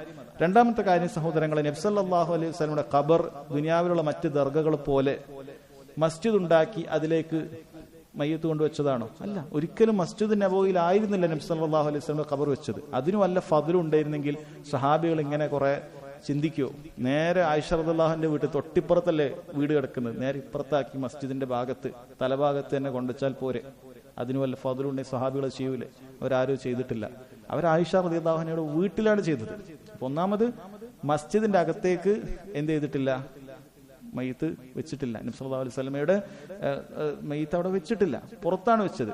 ഇനി അതിനു മുകളിൽ മസ്ജിദ് പണിഞ്ഞോ? അതുമില്ല. അങ്ങനെയും സംഭവിച്ചിട്ട് നബി സല്ലല്ലാഹു അലൈഹി വസല്ലം ഖബറവിടാക്കിയ ഉടൻ തന്നെ ആയിഷ റളിയല്ലാഹു അൻഹയുടെ ആ വീടൊക്കെ മാറ്റി അതൊരു മസ്ജിദാക്കി സഹാബികൾ ആരെങ്കിലും ചെയ്തോ? ആരും ചെയ്തിട്ടില്ല. പിന്നീട് എന്താണ് സംഭവിച്ചത്? പിന്നീട് തൗസിയത്ത് നടക്കുമ്പോൾ, മസ്ജിദിന്റെ എക്സ്പാൻഷൻ നടക്കുന്ന സമയത്ത് എന്താണ് സംഭവിച്ചത്? ആ ഭാഗം ആദ്യം വിശാലമാക്കുന്ന സമയത്ത് മറ്റുള്ള ഭാഗങ്ങളിൽ ചെയ്യാൻ പ്രത്യേകം ശ്രദ്ധിച്ചിരുന്നു. പിന്നീട് ഹിജറ 88 അല്ലെങ്കിൽ 90, 91 കാലഘട്ടം സഹാബികളിൽ വളരെ കുറഞ്ഞ, വളരെ നബി സല്ലല്ലാഹു അലൈഹി വസല്ലം മരിക്കുന്ന സമയത്ത് തമീസ് പോലും എത്താതെ, 7 വയസ്സ് പോലും എത്താത്ത ചില സഹാബികൾ മാത്രം ബാക്കിയുള്ള ഒരു കാലഘട്ടം. അങ്ങനെയുള്ള കാലഘട്ടത്തിൽ പോലും സഈദ് മുസൈബ് ഒക്കെ ശക്തമായി എതിർത്തിട്ടുണ്ട്. ആ ഭാഗത്തേക്ക് വിശാലമാക്കുന്നതിന് ശക്തമായി ആദ്യം എതിർക്കുകയാണ് ചെയ്തിട്ടുള്ളത്. അപ്പൊ അങ്ങനെ അത് വിശാലമാക്കാനും, അപ്പുറത്ത് ഭാഗത്തേക്ക് സ്ഥലമില്ല, അപ്പൊ അങ്ങനെ വിശാലമാക്കാൻ വേണ്ടി അവർ ആ ഭാഗത്തേക്ക് ചെയ്തതാണ്. അപ്പോൾ അതിന് മുഴുവൻ ചുറ്റും ഒരു മതിലൊക്കെ കെട്ടി ഇത് മസ്ജിദിന്റെ ഭാഗമല്ല എന്ന് ഉറപ്പുവരുത്തുകയാണ് ചെയ്തത്. ഇത് മസ്ജിദിന്റെ ഭാഗമല്ല എന്ന് ഉറപ്പുവരുത്തുകയാണ് ചെയ്തത്. അതുകൊണ്ട് തന്നെ അത് മസ്ജിദിന്റെ ഭാഗമല്ല. ഒന്ന്, മസ്ജിദ് അതിന്റെ മുകളിൽ കെട്ടിയിട്ടുണ്ടാക്കിയിട്ടില്ല. 2, ഖബർ മസ്ജിദിലേക്ക് വെച്ചിട്ടുമില്ല. ഇതല്ലാത്തൊരു ഭാഗമാണ് നടന്നിട്ടുള്ളത്. ഇത് വിശാലമാക്കുന്ന സമയത്ത് ആ ഭാഗം അത് പെട്ടുപോയതാണ്. എന്നാൽ തന്നെയും അത് മസ്ജിദ് അല്ല. കാരണം അതിന്റെ ഒരാൾ അതിന്റെ ഉള്ളിൽ വെച്ച് നിസ്കരിക്കാൻ അതിന് സാധിച്ചു എന്ന് വിചാരിക്കുക. അപ്പൊ അയാൾക്ക് മസ്ജിദിനെ പോയി നിസ്കരിച്ച പ്രതിഫലം കിട്ടൂല. കാരണം അത് വഖഫിൽ പെടാത്ത ഭാഗമാണ്, മസ്ജിദിലല്ലാത്ത ഭാഗമാണ്. ഇതൊരു ഭൗതികമായ ഉദാഹരണത്തിൽ പണ്ഡിതന്മാർ പറഞ്ഞു കൊടുക്കാറുണ്ട്. ഇത് എങ്ങനെ ഇത് മനസ്സിലാക്കുന്നുള്ളത്? വലിയൊരു പറമ്പുണ്ട് എന്ന് വിചാരിക്കുക. വലിയൊരു പറമ്പുണ്ട്. ആ പറമ്പിന്റെ ഒത്ത നടുവിൽ ഒരാൾ പോയൊരു 10 സെന്റ് സ്ഥലം എടുത്തു. നടുവിൽ അയാൾ ആദ്യം വാങ്ങി, ബാക്കി ആരും വേറൊരാളുടെ സ്ഥലമാണ്. പിന്നെ ഒരാൾ വന്ന് ചുറ്റുള്ള മുഴുവൻ സ്ഥലവും വാങ്ങിയെന്ന് വിചാരിക്കുക. ചുറ്റുള്ള മുഴുവൻ സ്ഥലം ഒരാൾ വാങ്ങി. ഈ നടുവിലുള്ള 10 സെന്റ് ഈ ചുറ്റും വാങ്ങിയ ആളതാണ് എന്ന് പറയാൻ പറ്റുമോ? കാരണം അയാളാണല്ലോ ചുറ്റും, അതിന് ചുറ്റും വേറൊരാളുതാണ്. അതുകൊണ്ട് നടുവിലുള്ളതും എന്റേതാണ് എന്ന് അയാൾ പറഞ്ഞ എങ്ങനെ ഇരിക്കും? അല്ല, അത് അതിൽ പെടുകയില്ല. കാരണം അത് വേറൊരാളുതാണ്. അതുപോലെ നബി സല്ലല്ലാഹു അലൈഹി വസല്ലമയുടെ ഖബർ കിടക്കുന്ന ആയിഷ റളിയല്ലാഹു അൻഹയുടെ വീട് അത് മസ്ജിദിൽ പെടാത്തൊരു ഭാഗമാണ്. അതിനപ്പുറത്തേക്ക് പിന്നീട് അത് വിശാലമാക്കേണ്ടി വന്നപ്പോൾ അങ്ങനെ സംഭവിച്ചു എന്ന് മാത്രം. അതല്ലാതെ ഖബർ മസ്ജിദിനകത്തല്ല, മസ്ജിദിന് മുകളിൽ ഖബർ കെട്ടി ഉണ്ടാക്കിയിട്ടുമില്ല. കാരണം ഈ ഹദീസൊക്കെ പറയുമ്പോൾ സാധാരണക്കാരെ പറ്റിക്കാൻ ഇങ്ങനെയൊക്കെ മതി. കാരണം അവരെ സംബന്ധിച്ചുള്ള ഹദീസിൽ ഇങ്ങനെ വിലക്കുണ്ട്, അതൊന്നും അവർക്ക് മനസ്സിലാവുകയില്ല. അതുകൊണ്ട് അവരെ പറ്റിക്കാൻ കണ്ടില്ലേ എന്ന് പറയും. എന്നിട്ട് നബി സല്ലല്ലാഹു അലൈഹി വസല്ലമയുടെ ഖബറിന്റെ അടുക്കലുള്ള തുർക്കികൾ ഉണ്ടാക്കിയ പല മനോഹരമായ പല ചിത്രപ്പണികളൊക്കെ കണ്ട് ഇത് ദർഗയാണ് എന്നൊക്കെ പറഞ്ഞ് പറ്റിക്കും. അതൊന്നും ദർഗയല്ല. നബി സല്ലല്ലാഹു അലൈഹി വസല്ലം ഖബർ അത് ഒരു ചാൺ മാത്രമേ ഉള്ളൂ എന്നുള്ളത് വളരെ അറിയപ്പെട്ട കാര്യമാണ്. അത് വളരെ അറിയപ്പെട്ട, അതിന്റെ പുറത്തുള്ള മതിലൊക്കെ കാണിച്ച് ഇതൊക്കെ ഖബറാണ് എന്ന രൂപത്തിൽ ആളുകളെ വഞ്ചിക്കും. യഥാർത്ഥത്തിൽ അത് ഖബറേ അല്ല. നബി സല്ലല്ലാഹു അലൈഹി വസല്ലം ഖബർ ഒരാളും കണ്ടിട്ടില്ല എന്ന കാര്യം മനസ്സിലാക്കുക. അതിനുശേഷം അടുത്ത ഹദീസ് അൻ അബ്ദുല്ലാഹി ബിൻ മസ്ഊദ് റളിയല്ലാഹു അൻഹു അനിൻ നബി സല്ലല്ലാഹു അലൈഹി വസല്ലം ഖാൽ ലൈസ മിന്നാ മൻ ضرب الخدود وشق الجيوب ودعا بدعوى الجاهليه. മരണാനന്തര ശേഷം പല രൂപത്തിൽ അല്ലാഹുവിന്റെ ഖദറിനോട് പൊരുത്തപ്പെടാൻ സാധിക്കാത്ത ആളുകൾ ചെയ്യുന്ന ചില പ്രവർത്തികളാണ്. നബി സല്ലല്ലാഹു അലൈഹി വസല്ലം അത്തരം പ്രവർത്തികൾ ചെയ്യുന്നവരുമായി എനിക്ക് ബന്ധമില്ല, നമ്മളിൽ പെട്ടവനല്ല എന്ന് പറഞ്ഞു കഴിഞ്ഞാൽ ഈ പ്രവർത്തികളെല്ലാം വൻ പാപത്തിൽ പെടുന്നു എന്നാണ് അർത്ഥം. ലൈസ മിന്ന, നമ്മളിൽ പെട്ടവനല്ല. മൻ ളറബൽ ഖുദൂദ്, കവളത്തടിക്കുന്നവൻ. അത് എപ്പോഴാണ് അടിക്കുക? അത് സഹിക്കാൻ പറ്റാതിരിക്കുന്ന സമയത്ത്, അത് സ്വബർ കിട്ടാതിരിക്കുന്ന സമയത്ത് ആളുകൾ ചെയ്യുന്ന, സ്വന്തം ദേഹത്തെ തന്നെ ഉപദ്രവിക്കുക എന്നുള്ള രൂപത്തിൽ അങ്ങനെ ചെയ്യുന്നവൻ. വശക്കൽ ജുയൂബ്, മാറിടം വലിച്ചു കയറുന്നവൻ. ജയ്ബ് എന്ന് പറഞ്ഞാൽ ആധുനിക ഭാഷയിൽ അത് പോക്കറ്റാണ്. പക്ഷേ ജയ്ബ് എന്ന ആദ്യകാലത്തൊക്കെ അറിയപ്പെട്ടത് ഇന്നും ഏറ്റവും ശരിയായ അർത്ഥം എന്ന് പറയുന്നത് അത് നമ്മുടെ തലയിടാൻ ഉപയോഗിക്കുന്ന, അതായത് പണ്ട് കാലത്ത് ഇങ്ങനെ വലിയ ഒരുപാട് ബട്ടണുകളൊന്നും അങ്ങനെ ഉണ്ടായിരുന്നില്ല എന്നാണ് പറഞ്ഞത്. അപ്പോൾ സാധാരണഗതിയിൽ നമ്മൾ തലയിടാൻ ഇടുന്ന ആ ഒരു ഭാഗത്തിനാണ്, ഈ ഒരു ഭാഗത്തിനാണ് ജയ്ബ് എന്ന് പറയുന്നത്. അത് വലിച്ചു കീറുക, അതായത് ഡ്രസ്സ്, സ്വന്തം വസ്ത്രം വലിച്ചു കീറുക. വദഅ ബിദഅവൽ ജാഹിലിയ്യ, ജാഹിലിയത്തിന്റെ പല വാക്കുകളും വിളിച്ചു പറയുക. അത് ഒന്നുകിൽ ആ സമയത്തെ കുറ്റം പറഞ്ഞുകൊണ്ടോ കാലത്തെ കുറ്റം പറഞ്ഞുകൊണ്ട്, അല്ലെങ്കിൽ ഖളാഇനോട് പൊരുത്തപ്പെടാത്ത രൂപത്തിലുള്ള പല കാര്യങ്ങളും പറഞ്ഞിട്ടുണ്ട്. എത്ര നല്ല മനുഷ്യനായിരുന്നു, എന്തു പറ്റിപ്പോയി എന്നൊക്കെ പറഞ്ഞ് അങ്ങനെ ഒരുപാട് പുകഴ്ത്തിയിട്ടോ അല്ലെങ്കിൽ അയാളെക്കുറിച്ച് ഫഖ്റ് പറഞ്ഞിട്ട് അങ്ങനെയൊക്കെയുള്ള വാക്കുകളൊക്കെ പറയുന്നതൊക്കെ ദഅവൽ ജാഹിലിയ്യ എന്ന് പറഞ്ഞിട്ടുണ്ട്. അതൊക്കെ അതിൽപ്പെട്ടതാണ് എന്ന് പറഞ്ഞിട്ടുണ്ട്. അവർ ചെയ്യുന്നത് വൻ പാപമാണ്, അങ്ങനെ ചെയ്യാൻ പാടില്ല. മരിച്ച ശേഷം മരിച്ച വീട്ടിൽ അങ്ങനെ ചെയ്യാൻ പാടില്ല എന്നറിയിക്കുന്ന ഒരു ഹദീസാണിത്. അടുത്ത ഹദീസ് അബീ ഹുറൈറ റളിയല്ലാഹു അൻഹു ഖാല ഖാല റസൂലുള്ളാഹി സ്വല്ലല്ലാഹു അലൈഹി വസല്ലം മൻ ഷഹിദൽ ജനാസ ഹത്താ യുസല്ല അലൈഹാ ഫലഹു ഖിറാത്ത് വമൻ ഷഹിദഹാ ഹത്താ തുദ്ഫൻ ഫലഹു ഖിറാത്താൻ ഖീല വമൽ ഖിറാത്താൻ ഖാല മിസ്ലുൽ ജബലൈനിൽ അളീമൈൻ വലിമുസ്ലിമിൻ അസ്ഗറുഹുമാ മിസ്ലു ജബലി ഉഹുദ്. മയ്യിത്ത് പങ്കെടുക്കുന്നതും അതുപോലെ മറമാടുന്ന സന്ദർഭങ്ങളിൽ പങ്കെടുക്കുന്നതിനൊക്കെ വലിയ ശ്രേഷ്ഠതയുണ്ട് എന്നറിയിക്കുന്ന ഒരു ഹദീസാണ്. നബി സല്ലല്ലാഹു അലൈഹി വസല്ലം പറഞ്ഞു, മൻ ഷഹിദൽ ജനാസ, ആരാണ് ഒരു ജനാസയിൽ അനുഗമിച്ചത്, ജനാസ അവിടെ ഹാജരായിട്ടുള്ളത്, ഹത്താ യുസല്ല അലൈഹാ, മയ്യിത്ത് നിസ്കാരം നിർവഹിക്കുന്നത് വരെ. അത് പ്രതിഫലം കിട്ടണമെങ്കിൽ വീട്ടിലൊന്ന് വന്നു പോയ ആൾക്കത് കിട്ടൂല എന്നർത്ഥം. എന്ത് ചെയ്യണം? അത് മയ്യിത്ത് നിസ്കാരത്തിന് പങ്കെടുക്കണം, അപ്പോഴേ പ്രതിഫലം കിട്ടുള്ളൂ. മരിച്ചാൽ ചിലപ്പോൾ ഒന്ന് പോയി കണ്ടുവരും, നല്ലതാണ്, ഒന്നും ചെയ്യാത്തതിനേക്കാളും നല്ലതാണ്, അതിന് അതിൻ്റെതായ പ്രതിഫലമുണ്ട്. പക്ഷേ ഈ പറയുന്ന ഖിറാത്ത് കിട്ടണമെങ്കിൽ ഒന്നാമത് എന്ത് വേണം? മയ്യിത്ത് നിസ്കാരം അതിന് പങ്കെടുക്കണം. ഫലഹു ഖിറാത്ത്, അവനൊരു ഖിറാത്തുണ്ട്. വമൻ ഷഹിദഹ ഹത്താ തുദ്ഫൻ, അതും കഴിഞ്ഞ് മറമാടുന്നത് വരെ ഒരാൾ അനുഗമിച്ചു, മറമാടി കഴിഞ്ഞതിന് ശേഷമാണ് പിരിയുന്നത് എങ്കിൽ ഫലഹു ഖിറാത്താൻ എന്നാണ് പറഞ്ഞത്, അവന് 2 ഖിറാത്തുണ്ട് എന്നാണ്. സ്വഹാബികൾ ചിലർക്ക്, വിശേഷിച്ച് ഇബ്നു ഉമർ റളിയല്ലാഹു അൻഹുമ, അദ്ദേഹത്തിന്റെ ഹദീസിൽ കാണാൻ സാധിക്കും. ഈ ഹദീസ് അദ്ദേഹം കുറെ കഴിഞ്ഞിട്ടാണ് കേൾക്കുന്നത്. സഹാബി ഇബ്നു ഉമർ റളിയല്ലാഹു അൻഹുമ അദ്ദേഹം ഈ ഹദീസ് ആദ്യം കേട്ടിരുന്നില്ല എന്നാണ്. അപ്പൊ ഇങ്ങനെ ഒരു ഹദീസ് അബൂ ഹുറൈറ റളിയല്ലാഹു അൻഹു ഉദ്ധരിക്കുന്ന ഹദീസാണല്ലോ ഇത്. അപ്പൊ അബൂ ഹുറൈറ റളിയല്ലാഹു അൻഹു ഇങ്ങനെ പറയുന്നുണ്ട് എന്ന് പറഞ്ഞിട്ട് ഇബ്നു ഉമർ റളിയല്ലാഹു അൻഹുമയുടെ അടുക്കൽ ആളുകൾ പറഞ്ഞു, ഇങ്ങനെ 2 ഖിറാത്തിന്റെ കാര്യം പറയുന്നുണ്ട് അബൂ ഹുറൈറ.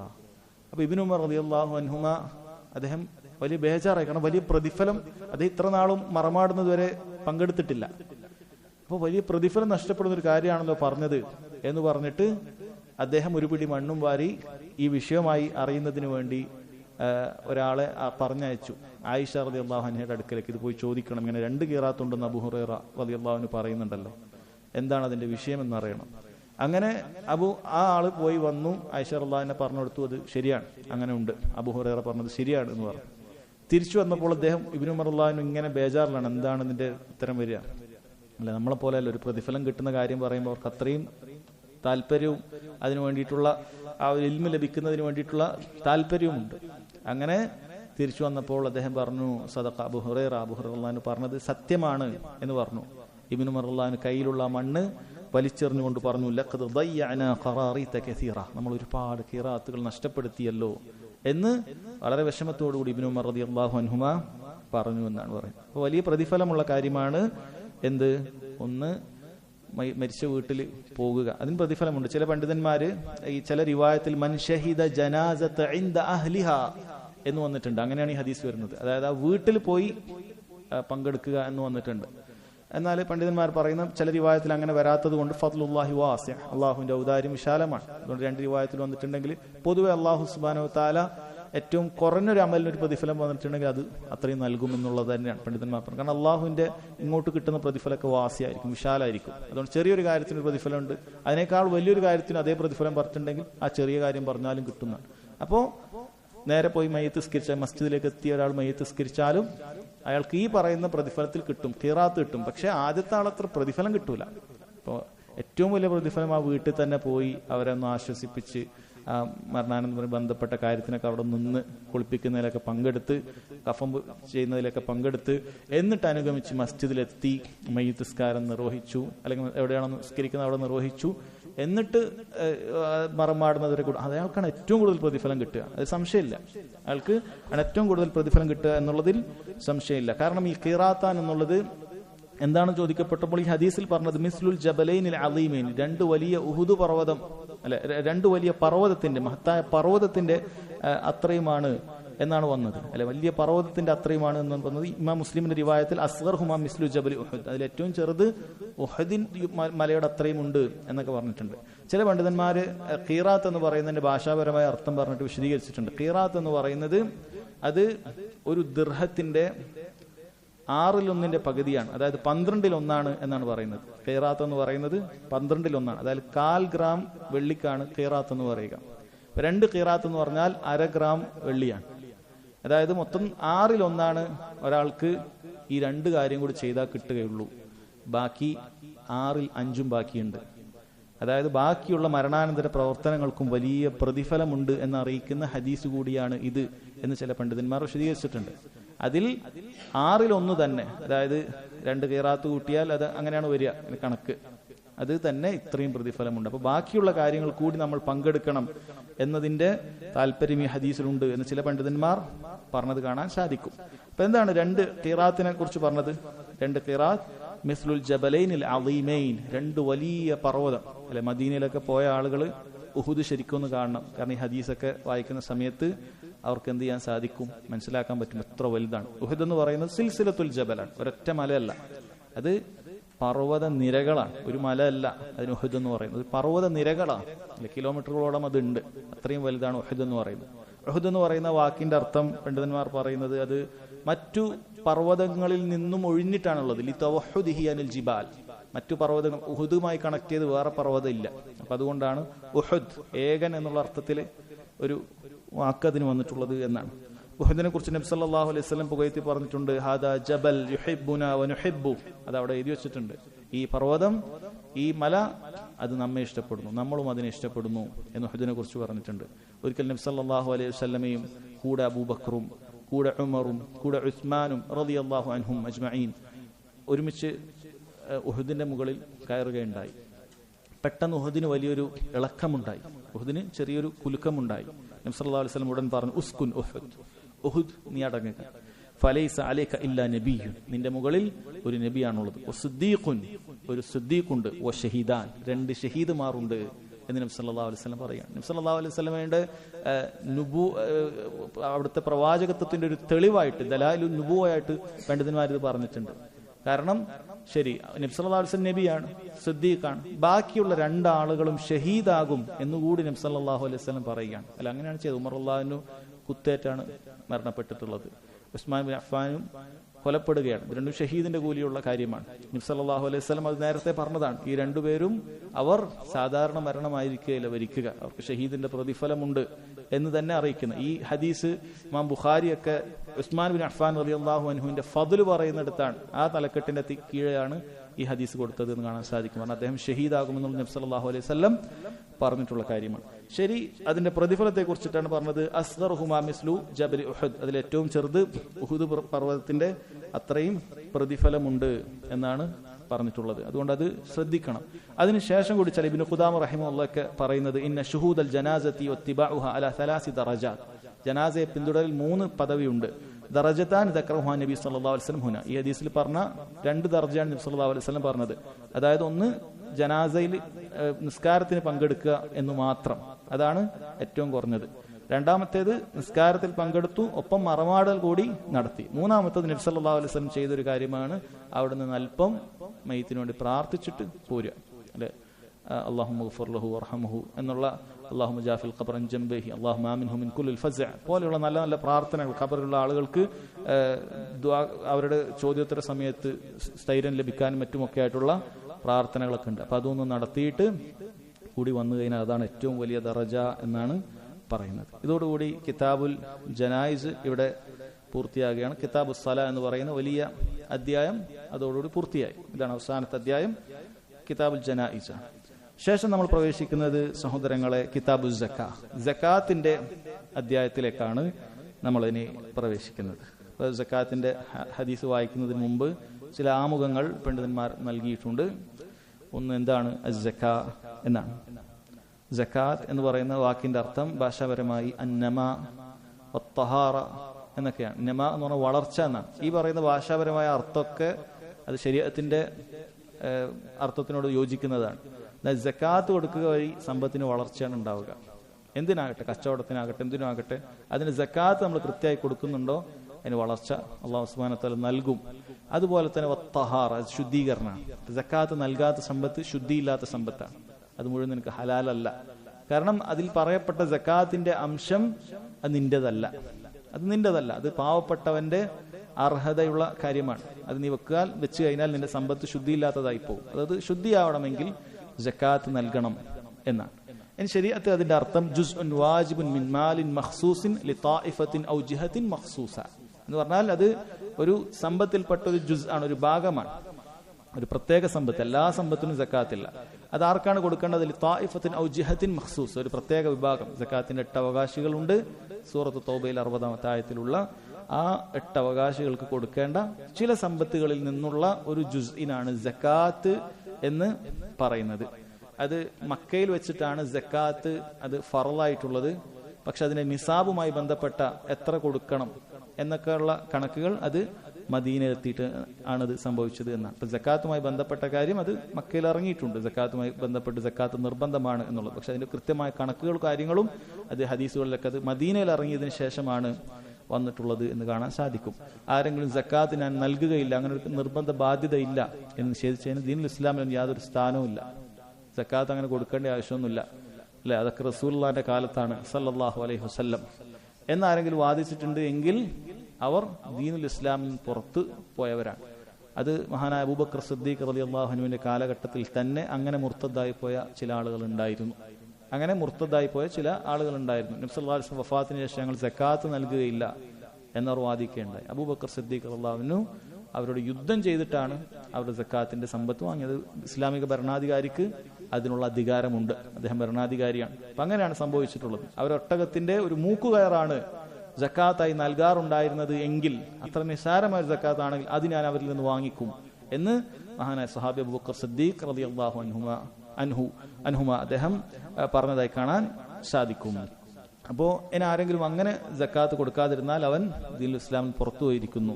ഇനി ആരെങ്കിലും മടിയനായിക്കൊണ്ട് അല്ലെങ്കിൽ പിശുക്കനായിക്കൊണ്ട് സക്കാത്ത് കൊടുക്കാതിരുന്നാൽ അത് വളരെ കഠിനമായ ശിക്ഷയാണ് അതിനുള്ളത്.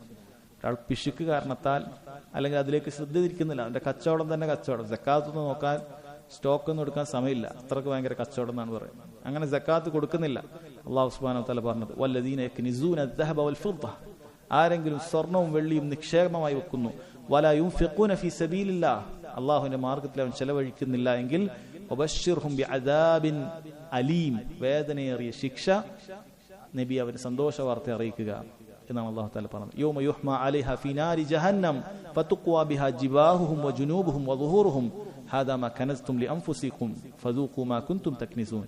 അല്ലാഹു സുബ്ഹാനഹു വ തആല അന്ത്യനാളിൽ അത് നരകത്തിൽ വെച്ചുകൊണ്ട് ഈ അവരുണ്ടാക്കിയ സമ്പത്തെല്ലാം തന്നെ അവരുടെ നെറ്റിയിലും മുതുകത്തും പാർശ്വങ്ങളിലും വെച്ചുകൊണ്ട് അവരെ കത്തിയിരിക്കുന്നതാണ്. എന്നിട്ട് അവരോട് പറയും ഹാദാ മാ കനസ്തും ലിഅൻഫുസിക്കും, നിങ്ങൾ ദുനിയാവിൽ കുറേ സമ്പത്ത് ഉണ്ടാക്കിയിട്ടില്ലേ, അത് തന്നെയാണ്, അതിനെ കൊണ്ട് തന്നെയാണ് നിന്നെ ശിക്ഷിക്കുന്നത്. ഫസൂഖു മാ കുൻതും തക്നിസൂൻ, അതുകൊണ്ട് നീ സമ്പാദിച്ചുണ്ടാക്കിയ ഈ വിഷയം അത് നീ ആസ്വദിച്ചുള്ളൂ, അത് ശിക്ഷയായി മാറുകയാണ്. അപ്പൊ ദുനിയാവിൽ അള്ളാഹു സുബ്ഹാനഹു വ തആലയുടെ മാർഗത്തിൽ ചിലവഴിക്കാതെ അങ്ങനെ പിടിച്ചു വെച്ച ഈ സമ്പത്തെല്ലാം തന്നെ അള്ളാഹു തആല നാളെ അതുകൊണ്ട് തന്നെ ശിക്ഷിക്കും എന്നാണ് പറഞ്ഞിട്ടുള്ളത്. അൽ ജസാഉ മിൻ ജിൻസിൽ അമൽ എന്ന് പറയുന്ന പോലെ തന്നെ അയാൾ എന്താണോ, അയാൾ എന്തിനു വേണ്ടിയിട്ടാണ് അള്ളാഹു തആലയുടെ ദീനിൽ നിന്നും അവൻ ശുഗലായത്, ആ കാര്യം കൊണ്ട് തന്നെ അള്ളാഹു സുബ്ഹാനഹു വ തആല ശിക്ഷിക്കും. ചില ഹദീസുകളിൽ കാണാൻ സാധിക്കും സക്കാത്ത് കൊടുക്കാത്ത ആളുകൾ അള്ളാഹു തആല അവർക്ക് വേണ്ടി വലിയ 2 പാമ്പുകളെ, സർപ്പങ്ങളെ, അങ്ങേയറ്റം വിഷമുള്ള സർപ്പങ്ങളെ ഒരുക്കി നിർത്തുകയും അങ്ങനെ ആ സർപ്പങ്ങൾ ഇവനെ കടിച്ചുകൊണ്ടേയിരിക്കും, കൊന്നുകൊണ്ടേയിരിക്കും എന്ന് നബി സല്ലല്ലാഹു അലൈഹി വസല്ലം പറഞ്ഞിട്ടുണ്ട്. ഇതിന് ശേഷം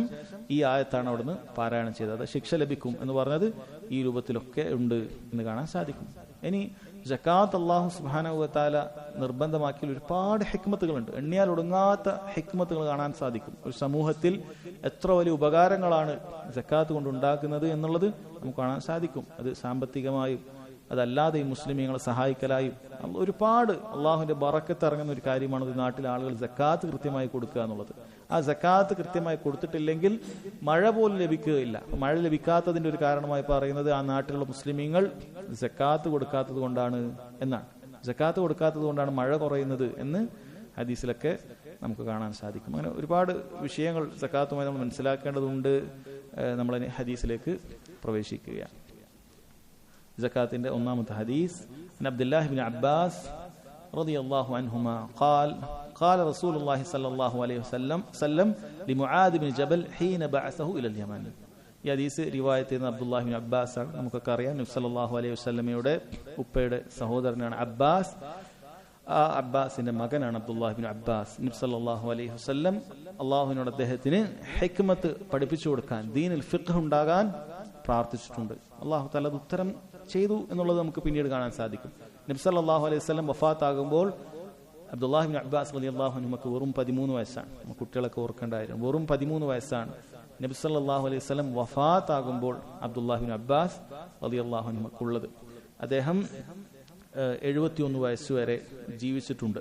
ഹിജ്റ 68 അദ്ദേഹം മരണപ്പെടുന്നത് കാണാൻ സാധിക്കും. തായിഫിലാണ് അദ്ദേഹം മരണപ്പെട്ടത്. അദ്ദേഹം ആ പ്രാർത്ഥന അള്ളാഹു സ്വീകരിച്ചത്. പിന്നീട് അദ്ദേഹം ഹബറുൽ ഉമ്മ, ഈ ഉമ്മത്തിലെ ഏറ്റവും വലിയ പണ്ഡിതൻ, തർജുമാനുൽ ഖുർആൻ, ഇതേപോലുള്ള പേരുകൾ പണ്ഡിതന്മാർ പറഞ്ഞിട്ടുണ്ട്. മഹാന്മാരായ വലിയ കിബാറുകളായ സഹാബികൾ, ഉമർ ഇബ്നുൽ ഖത്താബ് റളിയല്ലാഹു അൻഹുവിനെ പോലെയുള്ള സഹാബികൾ തന്നെ അദ്ദേഹത്തെ എപ്പോഴും പുകഴ്ത്തുമായിരുന്നു. വലിയ വലിയ പണ്ഡിതന്മാരുടെ സദസ്സുകളിൽ, സഹാബത്തിന്റെ സദസ്സിൽ ചെറിയ കുട്ടിയായ അബ്ദുല്ലാഹി ബിൻ അബ്ബാസ് റളിയല്ലാഹു അൻഹു ഇരുത്തുമായിരുന്നു എന്നൊക്കെ നമുക്ക് കാണാൻ സാധിക്കും. നബി സല്ലല്ലാഹു അലൈഹി വസല്ലം പ്രാർത്ഥന അല്ലാഹു തആല സ്വീകരിച്ചതാണ്. എന്താണ് ഈ ഹദീസിലുള്ളത്? ഖാല റസൂലുള്ളാഹി സ്വല്ലല്ലാഹു അലൈഹി വസല്ലം ലിമുആദ് ബിൻ ജബൽ ഹീന ബഅസഹു ഇലൽ യമൻ. അബ്ദുല്ലാഹി ബിൻ അബ്ബാസ് പറയാണ്, മുആദ് ബിൻ ജബൽ റളിയല്ലാഹു അൻഹുവിനെ യമനിലേക്ക് നബി സല്ലല്ലാഹു അലൈഹി വസല്ലം അയച്ച സമയത്ത് പറഞ്ഞ ചില കാര്യമാണ്. മുആദ് ബിൻ ജബൽ അദ്ദേഹം അൻസാരിയായ ഖസ്റജി ഗോത്രത്തിൽപ്പെട്ട സഹാബിയാണ്. നബി സല്ലല്ലാഹു അലൈഹി വസല്ലം ബദർ മുതൽ ഇങ്ങോട്ടുള്ള മുഴുവൻ യുദ്ധത്തിലും പങ്കെടുത്ത ആളാണ്. ആ മുആദ് യമനിലേക്ക് പോയതിനു ശേഷം പിന്നീട് നബി സല്ലല്ലാഹു അലൈഹി വസല്ലമയെ കണ്ടിട്ടില്ല. ആ രൂപത്തിലാണ് നബി സല്ലല്ലാഹു അലൈഹി വസല്ലം വസിയത്ത് കൊടുത്തത് എന്ന് നമുക്ക് ഹദീസിൽ കാണാൻ സാധിക്കും.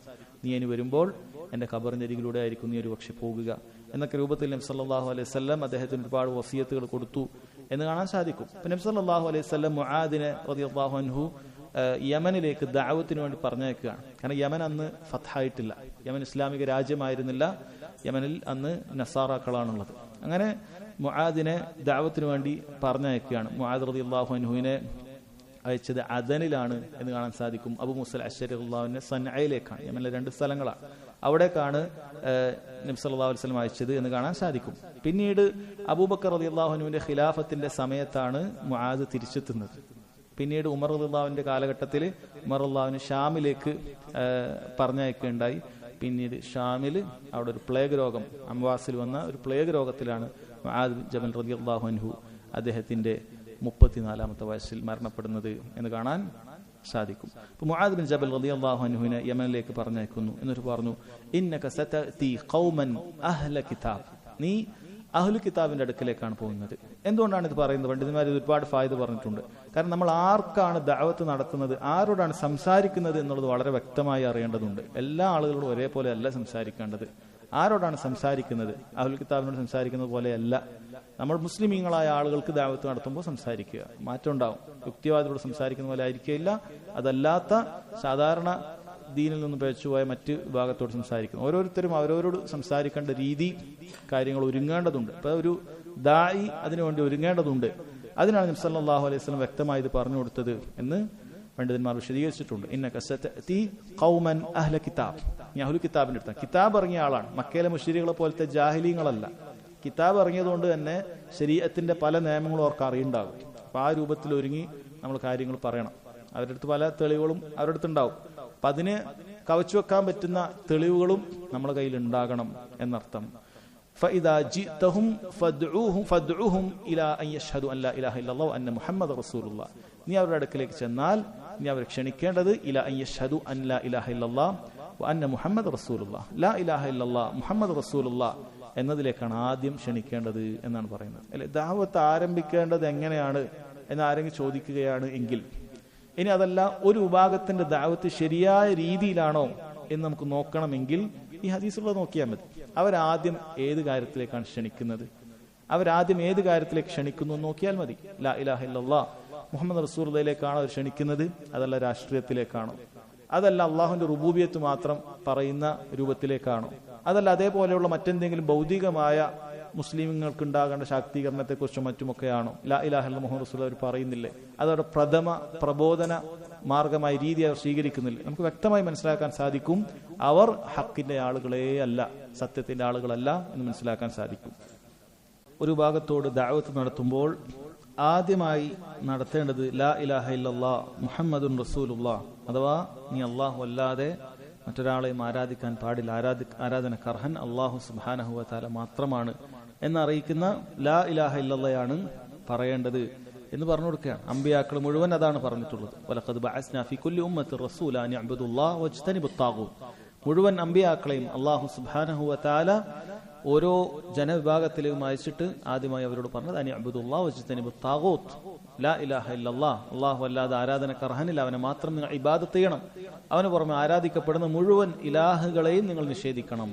ഇതാണ് പറഞ്ഞു കൊടുത്തിട്ടുള്ളത്. ഇതേ കാര്യം തന്നെയാണ് നബി സല്ലല്ലാഹു അലൈഹി വസല്ലം സ്വഹാബികൾക്കും നിർദ്ദേശിച്ചു കൊടുക്കുന്നത്. ഇത് തന്നെയാണ് ലോകത്തുള്ള മുഴുവൻ ആളുകൾക്കും ആദ്യം പഠിക്കേണ്ടതും ആദ്യം ദഅവത്ത് നടത്തേണ്ടതും അത് ലാ ഇലാഹ ഇല്ലല്ലാഹ് എന്ന കാര്യത്തെ കുറിച്ചിട്ടാണ്. അതിനുശേഷം എന്താണ് പറഞ്ഞിട്ടുള്ളത്? ഫഇൻഹും അതാഉ ലക ബിദാലിക്, അവർ ഈ വിഷയത്തിൽ നിന്നെ അനുസരിക്കുകയാണ് എങ്കിൽ ഫഅഖ്ബിർഹും അന്നല്ലാഹ അസ്സ വജൽ ഖദ് ഫറദ അലൈഹിം 5 സ്വലവാത്തിൻ ഫി കുല്ലി യൗമിൻ വലൈല. ലാ ഇലാഹ ഇല്ലല്ലാഹ് മുഹമ്മദ് റസൂലുള്ളാഹി അംഗീകരിച്ചു മുസ്ലിമീങ്ങളായാൽ ശേഷം അടുത്തത് പറഞ്ഞാൽ മതി. കാരണം ബാക്കിയുള്ള അമലുകൾ അള്ളാഹു സ്വീകരിക്കണമെങ്കിൽ നീ മുസ്ലിം ആയിരിക്കണം. മുസ്ലിം അല്ലാത്തവനോട് നമ്മൾ നിസ്കരിക്കാൻ കൽപ്പിക്കുകയില്ല, സക്കാത്ത് കൊടുക്കാൻ കൽപ്പിക്കുകയില്ല, റമളാനിൽ നോമ്പെടുക്കാൻ കൽപ്പിക്കുകയില്ല, കാബയിലേക്ക് നമ്മൾ പ്രവേശിപ്പിക്കുകയുമില്ല. പക്ഷെ അതിന്റെ അർത്ഥം അവർക്കിതൊന്നും ചെയ്യേണ്ടതില്ല എന്നുള്ളതല്ല, മറിച്ച് അവർക്കിതെല്ലാം ബാധ്യതയാണ്. ഇതൊക്കെ ഉപേക്ഷിക്കുന്നതിന്റെ പേരിൽ അവർക്ക് ശിക്ഷ നാളെ ഉണ്ട്. മുസ്ലിമിന് ഉപേക്ഷിച്ചാൽ ശിക്ഷ കിട്ടുമെങ്കിൽ കാഫിറിന് എന്തായാലും ഉണ്ട്. പക്ഷെ അവൻ ചെയ്താൽ അള്ളാഹു സ്വീകരിക്കുമോ? ഇല്ല. അപ്പൊ അവൻ എന്ത് ചെയ്യണം? അവൻ ലാ ഇലാഹ ഇല്ലല്ലാഹ് മുഹമ്മദ് റസൂലുള്ളാഹ് അംഗീകരിക്കണം. അത് അംഗീകരിച്ചിട്ട് എന്ത് ചെയ്യണം? നിസ്കരിക്കണം. അപ്പൊ ബാങ്ക് കൊടുക്കുമ്പോൾ പല ആൾക്കാരും മസ്ജിദിൽ വരാറില്ല, നിസ്കരിക്കാറില്ല. മുസ്ലിം മസ്ജിദിലേക്ക് വരില്ല, നിസ്കരിക്കാറില്ല. അങ്ങനത്തെ ആൾക്കാരുണ്ടല്ലോ. അവർക്ക് ശിക്ഷ കിട്ടൂലേ? കിട്ടും. അപ്പൊ അതിന്റെ അപ്പുറത്ത് അമുസ്ലിമീങ്ങളായ ആളുകളും ബാങ്ക് കേട്ടിട്ട് മസ്ജിദിലേക്ക് വന്ന് നിസ്കരിക്കുന്നില്ലല്ലോ? ഇല്ല, അവർക്കും ശിക്ഷയുണ്ട്. എന്നാൽ അവർ മസ്ജിദിലേക്ക് വന്ന് നിസ്കരിച്ചാൽ അള്ളാഹു സ്വീകരിക്കുമോ? ഇല്ല. അവർ മുസ്ലിമായി അവർ മസ്ജിദിൽ നിസ്കരിക്കണം. കാരണം ഈ ബാങ്കൊക്കെ വിളിക്കുന്നത് എല്ലാവർക്കുമുള്ള വിളിയാണ്, എല്ലാവർക്കുള്ള വിളിയാണ്. ഇത് എല്ലാവർക്കെതിരെയുമുള്ള സാക്ഷ്യമാണ് എന്ന് മനസ്സിലാക്കുക. എല്ലാവർക്കുമുള്ള ദീനാണ് അല്ലാഹു സുബ്ഹാനഹു വ തആലയുടെ ദീൻ. അപ്പോൾ അവരത് അനുസരിക്കുകയാണ് എങ്കിൽ അവരോട് അടുത്തതായി പറയേണ്ടത് ഫഅഖ്ബിർഹും, നീ അവരെ അറിയിക്കുക, അന്നല്ലാഹ അസ്സ വജൽ ഫറദ അലൈഹിം 5 സ്വലവാത്തിൻ ഫി കുല്ലി യൗമിൻ വലൈല, അല്ലാഹു ദിനേന 5 നിസ്കാരങ്ങൾ നിർബന്ധമാക്കിയിട്ടുണ്ട് എന്ന കാര്യം അറിയിക്കുക എന്നുള്ളതാണ്. അപ്പോ ലാ ഇലാഹ ഇല്ലല്ലാഹ് മുഹമ്മദ് റസൂലുള്ളാഹി അംഗീകരിച്ചാലേ അവൻ നിസ്കരിച്ചിട്ട് കാര്യമുള്ളൂ എന്ന് കിട്ടിയല്ലോ. കാരണം അതിനുശേഷം മാത്രമാണ്, അതനുസരിക്കുകയും മാത്രമാണ് ഈ കാര്യം പറഞ്ഞു കൊടുക്കാൻ പറയുന്നത്. അപ്പോൾ ചില ആളുകളാണ് നമ്മുടെ നാട്ടിൽ ഈ ലാ ഇലാഹ ഇല്ലല്ലാഹ് പഠിക്കാത്ത ആളുകളോട് പോയിട്ട് നിങ്ങൾ മസ്ജിദിലേക്ക് വരും, നിസ്കരിക്കുക, അല്ലെ? അങ്ങനെയാണ് അവരുടെ ദഅവത്ത്. നമ്മുടെ നാട്ടിലെ ജമാഅത്ത് തബ്ലീഗ് എന്ന് പറയുന്ന ഒരു പിഴച്ച പ്രസ്ഥാനമുണ്ട്. അവരുടെ ദഅവത്തിന്റെ രീതി അങ്ങനെയാണ്. ഖബറിന്റെ അടുക്കൽ പോയി സുജൂദ് ചെയ്യുന്നവനെ, ഉറുക്ക് കെട്ടിയവന്, ഏലസ് കെട്ടിയവന്, അങ്ങനെയുള്ള സകല രൂപത്തിലുള്ള ഷിർക്ക് ചെയ്യുന്ന ആളുകളായാലും അതൊന്നും പറഞ്ഞു കൊടുക്കൂല. ഉറുക്ക് കെട്ടിയാൽ അവന്റെ നിസ്കാരം സ്വീകരിക്കപ്പെടാതിരിക്കുകയില്ല, കാരണം അത് ഷിർക്കുൻ അക്ബർ അല്ല. ശരി, അവൻ അള്ളാഹു അല്ലാത്ത ആളുകൾ വിളിച്ചു പ്രാർത്ഥിക്കുന്നവനായിരിക്കും, സഹായം തേടുന്നവനായിരിക്കും, ഇസ്തിഗാസ നടത്തുന്നവനായിരിക്കും. ഇവന്റെ അവസ്ഥ എന്താണ്?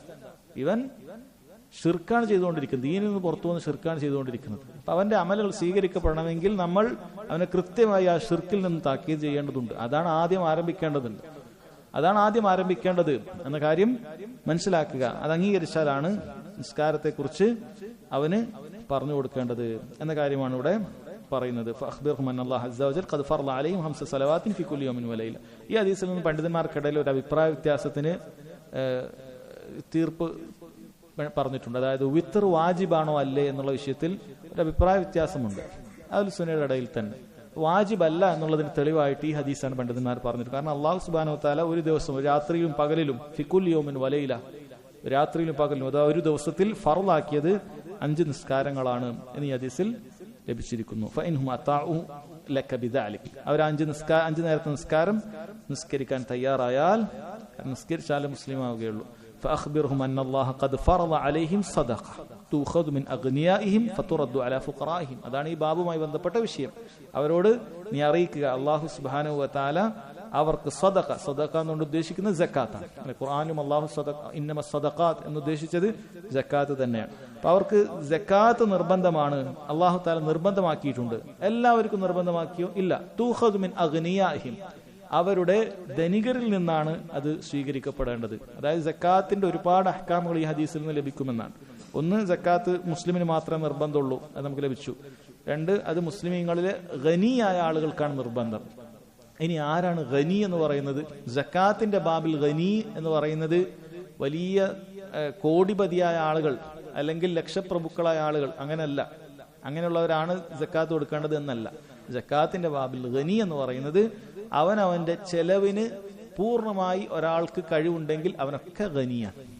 അവനവന്റെ ചെലവിന് പൂർണ്ണമായി ഒരാൾ എത്തിയിട്ടുണ്ട് എങ്കിൽ, അതായത് പൂർണ്ണമായി അവന്റെ ചെലവൊക്കെ വീട്ടാൻ പറ്റുന്ന ആളുകൾ, അവന്റെ പാർപ്പിടം, അവന്റെ വസ്ത്രം, അവന്റെ ഭക്ഷണം, ഇനി നിക്കാഹ് കഴിക്കാത്തവനാണെങ്കിൽ നിക്കാഹ് കഴിക്കാനുള്ള പണം, ഇനി അതേപോലെ മറ്റ് പ്രധാനപ്പെട്ട രോഗം ചികിത്സിക്കാനുള്ള ചെലവുകളൊക്കെ, ഈ ചെലവൊക്കെ കഴിച്ചിട്ട് ഒരാളടുത്ത് മിച്ചം വരുന്നുണ്ട് എങ്കിൽ അവൻ ഗനിയാണ്. അവന് ആ പണം, അത് നിസാബത്തുനിന്ന് ഒരു പണം എത്തിക്കഴിഞ്ഞാൽ അവൻ ഗനിയാണ്.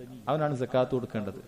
അവൻ ചിലപ്പോൾ ഒരുപാടൊന്നും ഉണ്ടായിക്കൊള്ളും എന്നില്ല. ആ ചെലവിനൊക്കെ നിർവഹിക്കുന്നവൻ അവൻ ഫക്കീറല്ല. അതായത് അവന്റെ ചെലവ് കഴിയുന്നവൻ അവൻ പിന്നീട് ഗനിയാണ്, അവൻ ഫക്കീറല്ല. അതുകൊണ്ട് അവൻ സക്കാത്തിന് അർഹനുമല്ല. അവൻ സക്കാത്തിന് അർഹന. വേറെ ഏതെങ്കിലും അധ്യായത്തിൽ, വേറെ ബാബിൽ അവൻ കടക്കാരനാവുക, അല്ലെങ്കിൽ അവൻ യാത്രക്കാരൻ ആയിട്ട് യാത്ര മുറിഞ്ഞു പോകുക, അങ്ങനെ സക്കാത്തിന് മറ്റു അർഹതയുണ്ട്. എന്നാൽ ഫക്കീർ മിസ്കീനോ അവനാകാൻ സാധിക്കുകയില്ല. കാരണം ഫക്കീറോ മിസ്കീനോ ആകണമെങ്കിൽ, ഫക്കീർ എന്ന് പറഞ്ഞാൽ അവന്റെ ചെലവിന്റെ പകുതി പോലും എത്താത്ത ആളാണ്. മിസ്കീൻ എന്ന് പറഞ്ഞാൽ ചെലവിന്റെ പകുതിയേക്കാൾ അവനുണ്ട്, പക്ഷെ പൂർണ്ണമായി ചെലവ് വീട്ടാൻ സാധിക്കുകയില്ല. അതാണ് മിസ്കീൻ. അതല്ലാത്ത അവനവന്റെ ചെലവൊക്കെ പൂർണ്ണമായി പാലിച്ചു പോകുന്ന ആളുകളൊക്കെ സക്കാത്തിന്റെ ബാബിൽ ഗനിയാണ്.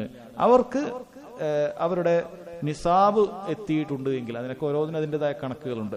അതിനൊരു ഹൗല് തകന്നാൽ തൂഖദ്, അത് സ്വീകരിക്കപ്പെടണം. മിൻ അഗ്നിയാഹിം, അതാ യമനിലെ ആ മുസ്ലിമീങ്ങളായ ആളുകളിൽ നിന്നും അത് സ്വീകരിക്കപ്പെടണം.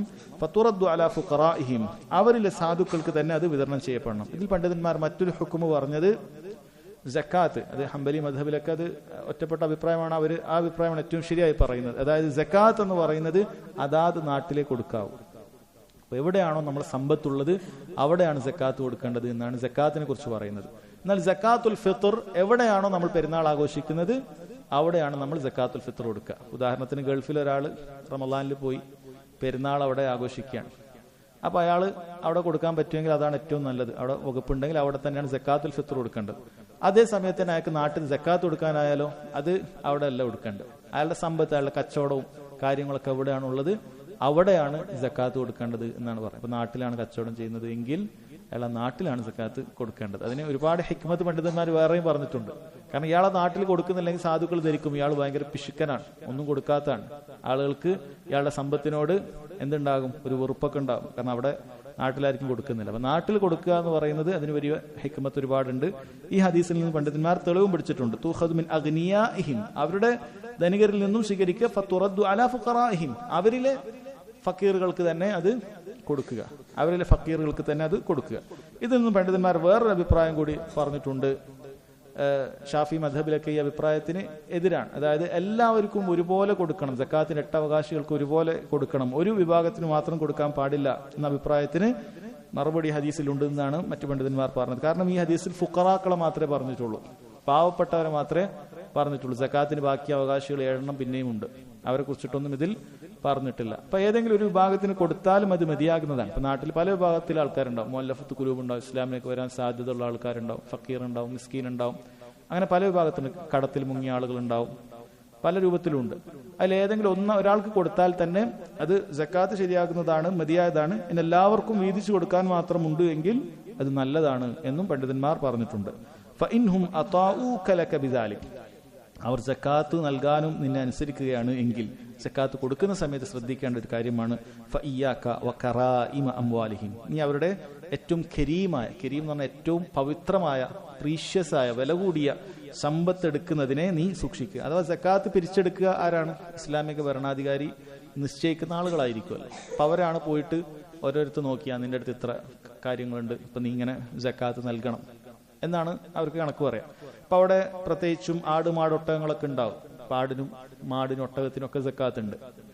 ആട് 40 ആടുണ്ടാകുമ്പോൾ അതിൽ ഒരാട് സക്കാത്താണ്. ഒട്ടകം 5 ഉണ്ടാകുമ്പോൾ ഒരാട് സക്കാത്തായിട്ട് കൊടുക്കണം. 5 ഒട്ടകത്തിന് ഒരാടാണ്, അല്ലെങ്കിൽ 40 ആടിന് ഒരാടാണ്. അപ്പൊ ആ എടുക്കുന്ന സമയത്ത് ഏറ്റവും നല്ലൊരാടിനെ തന്നെ അങ്ങനെ നീ എടുക്കാൻ നോക്കണ്ട. അതായത് നല്ല മുഴുത്ത, പണ്ഡിതന്മാർ വിശദീകരിച്ച് പറയുന്നുണ്ട്, നല്ല മുഴുത്ത, ഏറ്റവും നല്ല കൊഴുത്ത് നിൽക്കുന്ന, അയാൾക്ക് ഏറ്റവും പ്രിയപ്പെട്ട ഒരാടൊക്കെ ഉണ്ടാവും, മൃഗം വളർത്തുന്ന ആൾക്കുണ്ടാവും. അതുപോലെ ഒട്ടകമൊക്കെ ഏറ്റവും പ്രിയപ്പെട്ട ഒന്നൊക്കെ ഉണ്ടാവും. അപ്പൊ അത് നീ എടുക്കേണ്ടതില്ല. ഫഇയ്യാക, നീ സൂക്ഷിക്കുക, വഖറാഇമ അംവാലിഹിം, അത് നീ സൂക്ഷിക്കുക. വത്തഖി ദഅവത്തൽ മദ്ലൂം, നീ അങ്ങനെ അവരോട് വല്ല അക്രമവും ചെയ്താൽ നീ ആക്രമിക്കപ്പെട്ടവന്റെ പ്രാർത്ഥന സൂക്ഷിക്കണം. അവൻ ആക്രമിക്കപ്പെട്ടിട്ടുണ്ട് എങ്കിൽ അവൻ പ്രാർത്ഥിക്കും, അത് നീ സൂക്ഷിക്കണം. ഫഇന്നഹു ലൈസ ബൈനഹ വബൈനല്ലാഹി ഹിജാബ്, കാരണം അതിനും അള്ളാഹുവിനുടെ ഒരു മറയില്ല. അള്ളാഹു സുബ്ഹാനഹു വ തആല ഉടനെ അത് സ്വീകരിക്കും എന്നാണ് പറയുന്നത്. പണ്ഡിതന്മാർ പറയുന്നത് കാഫിർ ആണെങ്കിൽ പോലും, ഒരു കാഫിറിനോട് നമ്മൾ അനീതി കാണിച്ചു, ഒരു മുസ്ലിം അനീതി കാണിച്ചു, എന്നിട്ട് ആ കാഫിർ അള്ളാഹിനോട് പ്രാർത്ഥിക്കുകയാണ്, പഠിച്ചവനെ ഇവന് എന്തെങ്കിലും ഇത് കൊടുക്കണേ എന്ന് പറഞ്ഞ് പ്രാർത്ഥിച്ചു കഴിഞ്ഞാൽ അള്ളാഹു സുബ്ഹാനഹു വ തആല നീതി ഇഷ്ടപ്പെടുന്നത് കൊണ്ട് അത് സ്വീകരിക്കും എന്ന് പറഞ്ഞത് കാണാൻ സാധിക്കും. അതുകൊണ്ട് ഈ സന്ദർഭത്തിൽ പോലും, സക്കാത്ത് പിരിക്കുന്ന സന്ദർഭത്തിൽ പോലും നിങ്ങൾ ഒരു അനീതി അവിടെ കാണിക്കാൻ പാടില്ല. അതോടൊപ്പം തന്നെ പണ്ഡിതന്മാർ പറഞ്ഞതാണ്, ആ ദുൽമിൽപ്പെട്ട മറ്റൊരു ദുൽമാണ് ഏറ്റവും മോശപ്പെട്ടത് കൊടുത്താൽ അർഹതയുള്ള, സക്കാത്തിന് അർഹതയായ ആളുകളോടുള്ള ദുൽമാണ്. അതുകൊണ്ട് കൊടുക്കുന്ന ആൾ, ചില ഹദീസുകൾ കാണാൻ സാധിക്കും, ഏറ്റവും മോശപ്പെട്ടതും കൊടുക്കാൻ പാടില്ല. ഒരാടുണ്ട്, നമുക്ക് 40 ആടിന് ഒരാടാണ്. അപ്പൊ ഒരാട് ഇങ്ങനെ ചാവാനായി കിടക്കുന്നുണ്ട്, അപ്പൊ ആ ആടിനാ ഇത് സക്കാത്തായിട്ട് എടുത്തോ എന്ന് പറഞ്ഞിട്ട് കൊടുക്കാൻ പാടില്ല. മറിച്ച് മുഅ്തദലായ, മോഡറേറ്റായ, മധ്യമ നിലവാരമുള്ള നല്ലൊരാടിനെ തന്നെ കൊടുക്കാം. ഇനി ആ സക്കാത്ത് കൊടുക്കുന്ന ആൾ ഉദ്ദേശിക്കുകയാണെങ്കിൽ ഏറ്റവും നല്ല സക്കാത്ത് കൊടുക്കാം, അല്ലെ? അത് കൊടുക്കുന്ന ആൾക്കത് കൊടുക്കാം. പക്ഷെ എടുക്കുന്ന ആളോട് പറയാണ് ഞാൻ ഏറ്റവും മുന്തിയത് എടുക്കണ്ട, മറിച്ച് ഒരു നിലവാരത്തിലുള്ളത് എടുത്താൽ മതി എന്ന് പറയുക. ഇൻഷാ അല്ലാഹ് ബാക്കി സക്കാത്തിലുള്ള ഹദീസുകൾ അടുത്ത ക്ലാസ്സിൽ വിശദീകരിക്കാം. وهذا والله تعالى أعلم وصلى الله على نبينا محمد وعلى آله وصحبه وسلم. سبحانك اللهم وبحمدك أشهد أن لا إله إلا أنت أستغفرك وأتوب إليك.